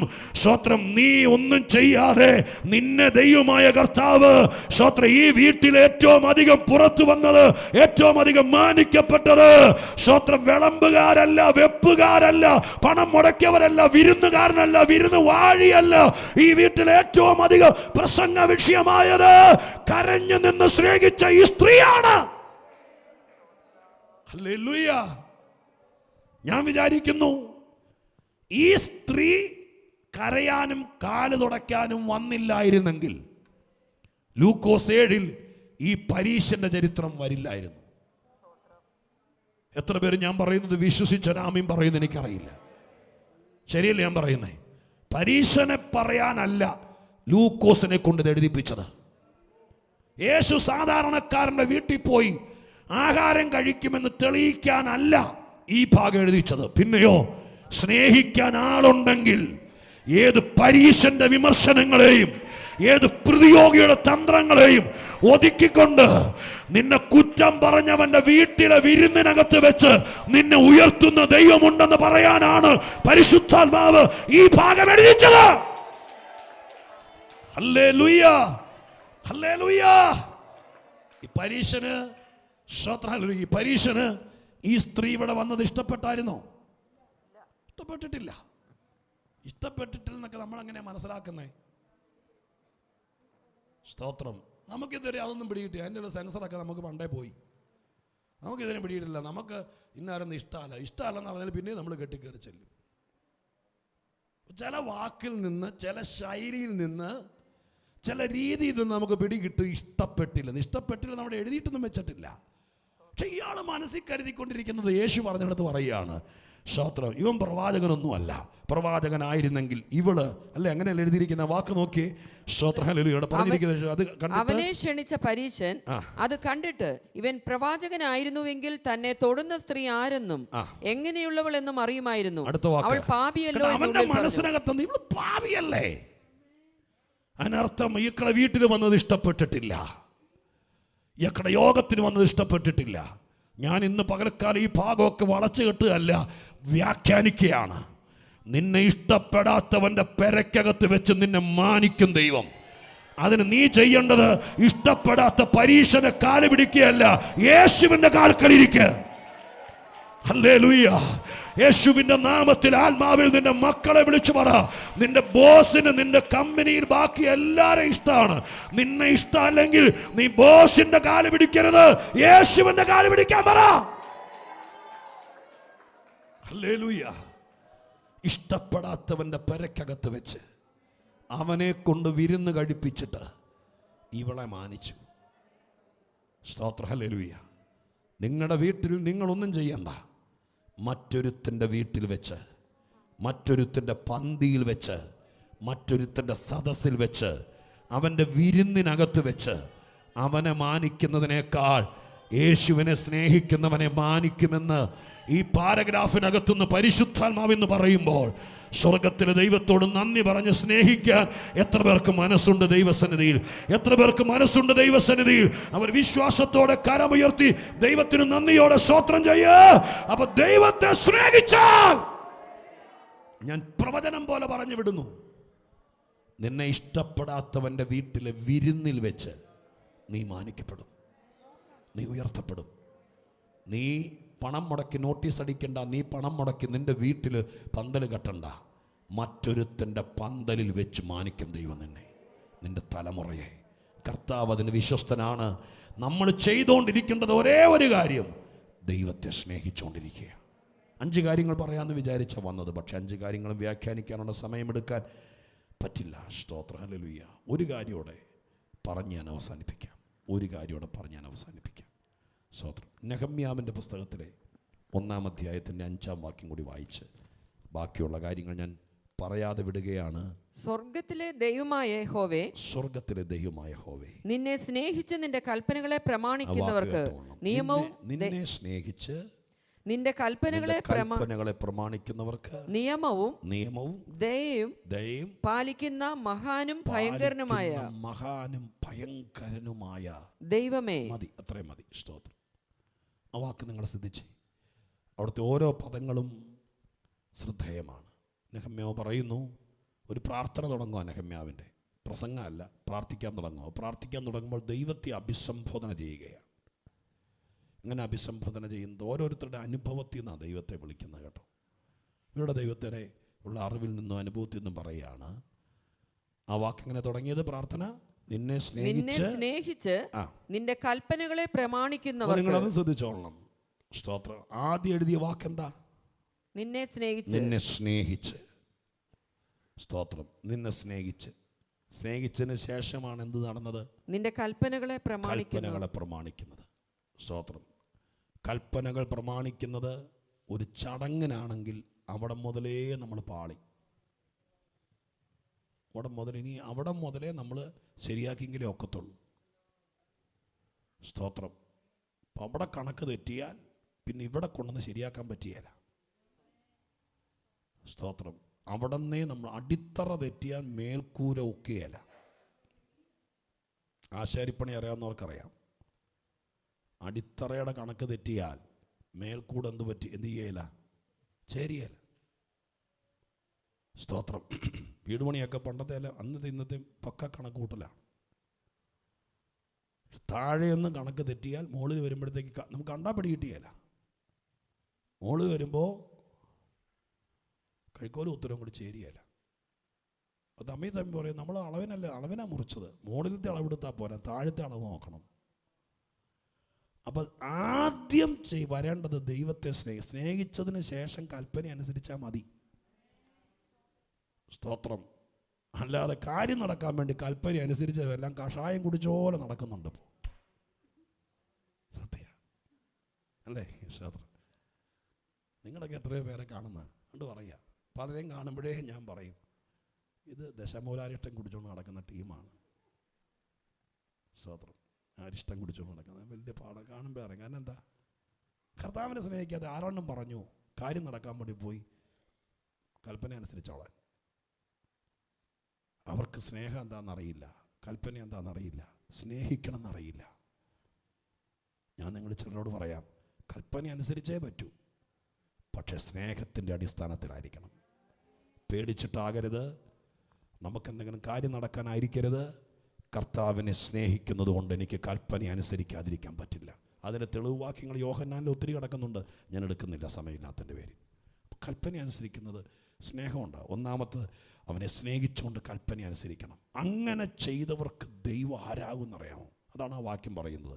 നിയമവും ദൈവത്തെ സ്നേഹിച്ചാൽ, ദൈവത്തെ സ്നേഹിച്ചുകൊണ്ട് ദൈവത്തിൻ്റെ ചട്ടങ്ങൾ അനുസരിച്ചാൽ അവർക്ക് വേണ്ടി ദൈവം നിയമവും ദയയും പാലിക്കാൻ തുടങ്ങും.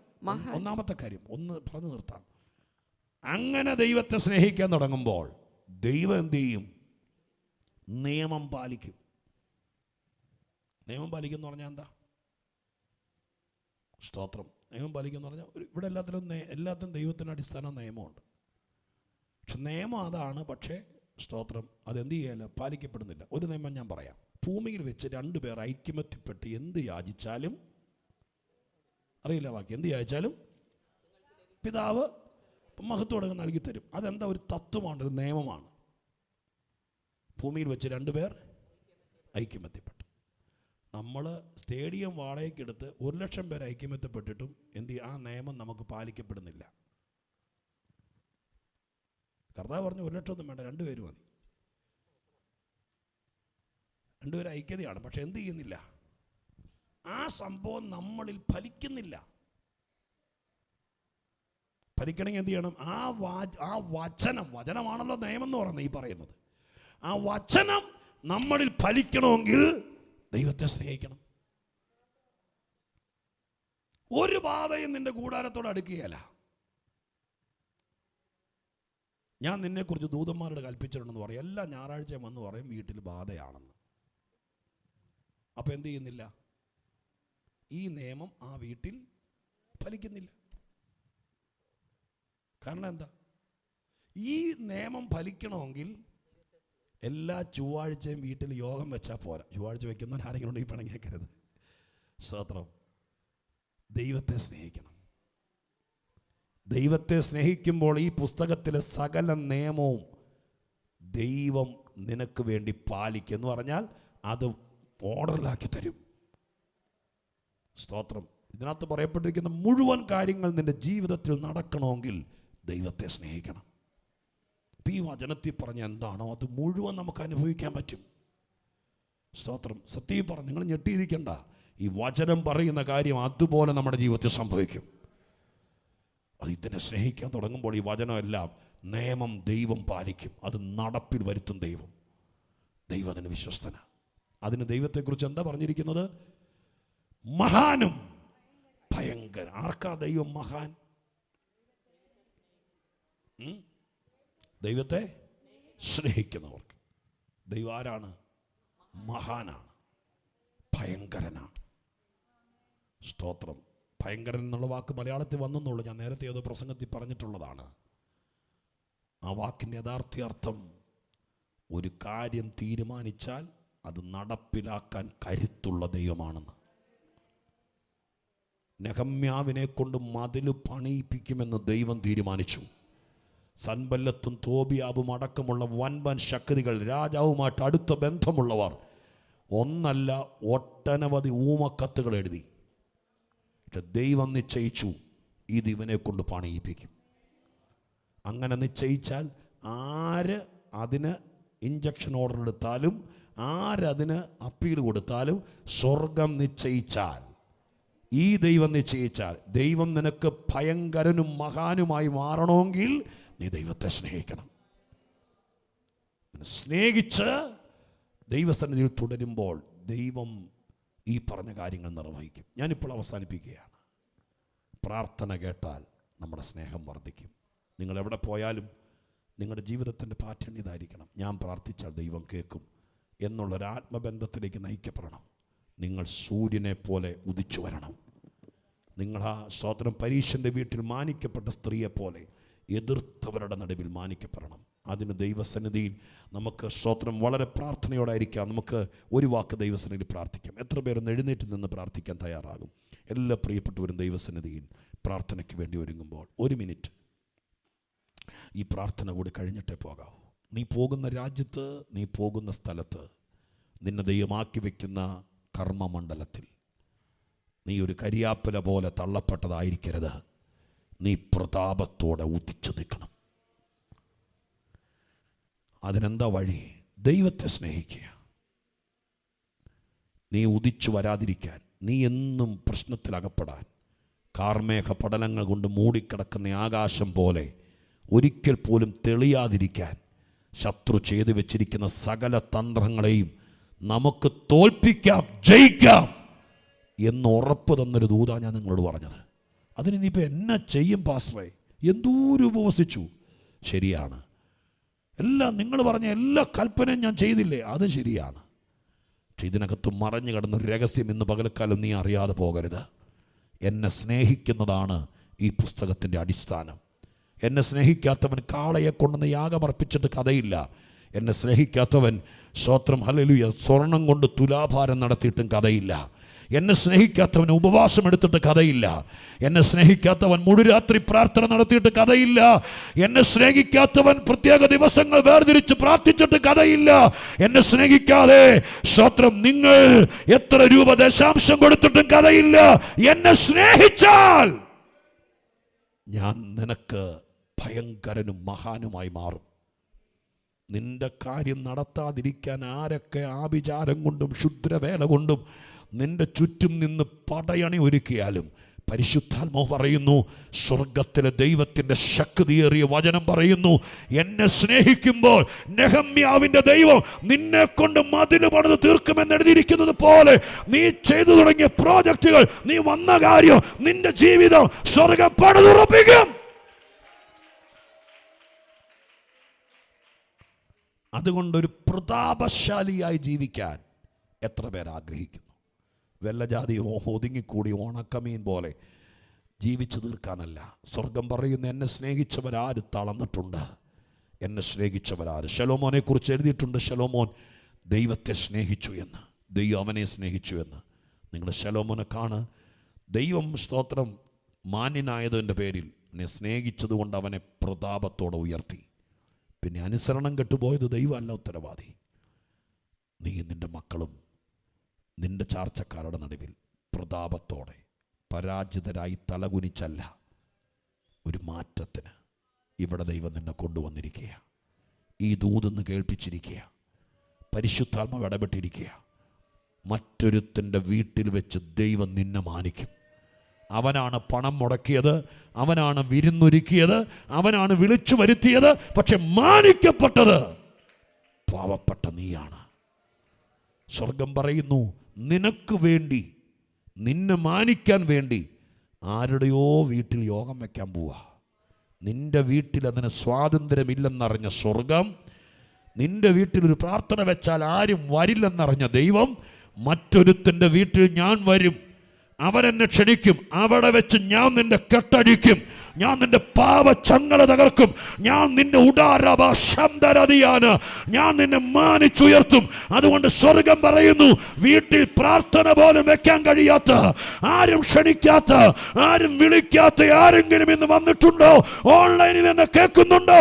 അവരോട് ദൈവം പറയുന്നു, നീ പേടിക്കണ്ട, ഞാൻ വേദി ഒരുക്കിക്കോളാം. അതിന് നിന്റെ ഭാഗത്തെ കോൺട്രിബ്യൂഷൻ അവിടെ നിന്നുകൊണ്ട് പറയണം, മരണം വരെ ഞാൻ നിന്നെ സ്നേഹിച്ചോളാം, ഞാൻ നിന്നെ സ്നേഹിച്ചോളാം. ഇതെൻ്റെ പിള്ളേരോട് പറഞ്ഞോളാം, വേറൊന്നും നീ ചെയ്യണ്ട, ദൈവത്തെ സ്നേഹിക്കണം. അപ്പൻ പറയണം മക്കളോട്, മോളെ എന്നെ ഇച്ചിരി കുറച്ച് സ്നേഹിച്ചാലും ഞാനിനി പരാതിയൊന്നും പറയില്ല. ഞാനൊരു ദൂത് കേട്ടു, നീ എന്നേക്കാൾ അധികം സ്വർഗത്തിലെ അപ്പനെ സ്നേഹിക്കണം. അമ്മ പറയണം, മോനെ സ്തോത്രം, മമ്മിയെ ഇത്രയൊന്നും സ്നേഹിക്കണ്ട, എൻ്റെ സന്തോഷം എന്നെ സ്നേഹിക്കുന്നതിനേക്കാൾ അധികം നീ സ്വർഗത്തിലെ ദൈവത്തെ സ്നേഹിക്കുന്നു എന്ന് കേൾക്കുന്നതാ. അതിൽ ഞാൻ തൃപ്തി. എത്ര അമ്മമാർ ഞാൻ ഈ പറയുമ്പോൾ ഒന്ന് ഏറ്റെടുത്ത് സ്തോത്രം ചെയ്ത് പ്രാർത്ഥിക്കും. അതിനൊക്കെ വലിയ സന്തോഷം എന്തുണ്ട്? പിള്ളേരെ വിളിച്ച് പറയാമെങ്കിൽ പറയണം അമ്മമാരെ, അപ്പന്മാർ പറയണം, ഞാനിന്ന് മമ്മി ഒരു ദൂത് കേട്ടു, എനിക്കിന്ന് നിന്നോട് ഫോൺ ചെയ്യുമ്പോൾ സംസാരിക്കാൻ ഒത്തിരിയുണ്ട്, പക്ഷെ അതിനൊക്കെ മുമ്പ് ഞാനൊരു കാര്യം പറയാം, മറന്നു പോകാതിരിക്കാൻ ആദ്യം പറയണം, ഞാൻ ഇന്ന് എൻ്റെ സഭയിൽ പോയൊരു ദൂത് കേട്ടു, ആ ദൂതിൻ്റെ വെളിച്ചത്തിൽ ഞാനൊരു കാര്യം പറയാം, നീ എൻ്റെ ഹൃദയത്തിനകത്തിരിക്കുന്നതെന്ന് എനിക്കറിയാം. മോളെ സ്തോത്രം, നിൻ്റെ സ്നേഹം ഞാൻ അറിയുന്നു, പക്ഷെ ഇന്നത്തെ ദൂതിൻ്റെ വെളിച്ചത്തിൽ എന്നെ ഇത്രയും സ്നേഹിക്കണ്ട, എന്നെ ഇത്രയും കരുതണ്ട, എന്നെ സ്നേഹിക്കുന്നതിനേക്കാൾ അധികം നീ നമ്മളെ ഇതുവരെ കൊണ്ടുവന്ന നമ്മുടെ കർത്താവിനെ സ്നേഹിക്കുന്നത് കണ്ടാൽ മാറിയിരുന്ന് നിന്നെ ഓർത്ത് സ്തോത്രം ചെയ്ത് ഞാൻ ജീവിതത്തിൽ സന്തോഷിച്ചോളാം. എനിക്കതിനേക്കാൾ വലിയൊരു സന്തോഷമില്ല എന്ന് മക്കളെ പറഞ്ഞ് ശീലിപ്പിക്കാൻ എത്ര അപ്പനമ്മമാർ തീരുമാനിക്കും. ഇല്ലെങ്കിൽ അപകടമാണ്. അവരെങ്ങനെയെങ്കിലും 10ാം ക്ലാസ്സിൽ പഠിക്കുമ്പോഴേക്കും സ്നാനപ്പെടുത്തി അവരെ സ്തോത്രം യൂത്ത് ക്യാമ്പ്, ഇതൊക്കെ ശരിയാണ്. നിങ്ങൾ പറഞ്ഞു കൊടുക്കേണ്ടത്, കർത്താവിനെ സ്നേഹിക്കാതെ എന്ത് കൽപ്പന അനുസരിക്കാൻ, കർത്താവിനെ സ്നേഹിക്കാതെ എന്ത് ദശാംശം അയച്ചു കൊടുക്കാൻ. അവനെ സ്നേഹിച്ചുകൊണ്ടാണെങ്കിൽ ഇതിനെല്ലാം ചിറക് മുളയ്ക്കും. എല്ലാ മാതാപിതാക്കളും സഹോദരങ്ങളും കണ്ണുകളടച്ച് കർത്താവിൻ്റെ സന്നിധാനത്തിൽ നിങ്ങൾ ഈ ദൂതിനോട് എങ്ങനെ പ്രതികരിക്കുന്നു അതുപോലെ നിങ്ങൾ പ്രതികരിക്കുമ്പോൾ ഞാനൊരു വാക്ക് പ്രാർത്ഥിച്ച് അവസാനിപ്പിക്കുകയാണ്. ശേഷം നിങ്ങൾക്ക് പ്രത്യേക പ്രാർത്ഥന ആവശ്യമുണ്ടെങ്കിൽ പ്രാർത്ഥിക്കാം. പരിശുദ്ധനായ ദൈവമേ, ഞങ്ങളുടെ സ്വർഗീയ പിതാവേ, പരിശുദ്ധാത്മാവ് അരുളി ചെയ്ത ദൈവത്തിൻ്റെ ദൂതനായി സ്തോത്രം. അങ്ങയുടെ പുൽപ്പിറ്റ് നിൽക്കുമ്പോൾ, അങ്ങയുടെ ജനത്തോട് സംസാരിച്ച് നിർത്തുമ്പോൾ ഞാൻ ഒത്തിരി വിനീത ഹൃദയത്തോടെ താഴ്മയോടെ പറയുന്നു, അങ്ങയെ സ്നേഹിച്ച സ്നേഹത്തിന് ഒരുപാട് കുറവ് എൻ്റെ ഭാഗത്ത് വന്നിട്ടുണ്ട്. അങ്ങയെ സ്നേഹിക്കും തോറും എൻ്റെ ശുശ്രൂഷ ശോഭിക്കും. ശുശ്രൂഷയിൽ ഞാൻ പ്രതാപിയാകും. സാത്താൻ എതിർക്കാൻ കഴിയാത്ത രീതിയിൽ എന്നെ കൊണ്ട് വലിയ നഗരങ്ങൾ പണിയിക്കും. ഇതേ വാക്ക് ഞാൻ എൻ്റെ മുമ്പിൽ നിൽക്കുന്ന ദൈവമക്കൾക്ക് വേണ്ടി പ്രാർത്ഥിച്ച് പറയുന്നു. ശുശ്രൂഷയ്ക്ക് വിളിയുള്ള പലരും ഉണ്ട്. അവരെ ഞാൻ ആദ്യം പ്രാർത്ഥനയിൽ ഓർക്കുന്നു. എൻ്റെ കർത്താവേ, ഞങ്ങൾ എന്ത് ചെയ്യണം എന്നുള്ള ചോദ്യത്തിന് മറുപടിയാണ്, ഞങ്ങൾക്ക് പ്രത്യേകിച്ച് ഒന്നും ചെയ്യാനില്ല. അങ്ങയെ സ്നേഹിച്ചാൽ, അങ്ങയെ സ്നേഹിക്കുന്നവനെ ദൈവം നട്ടുച്ച സൂര്യനെ പോലെ പ്രതാപിയാക്കും.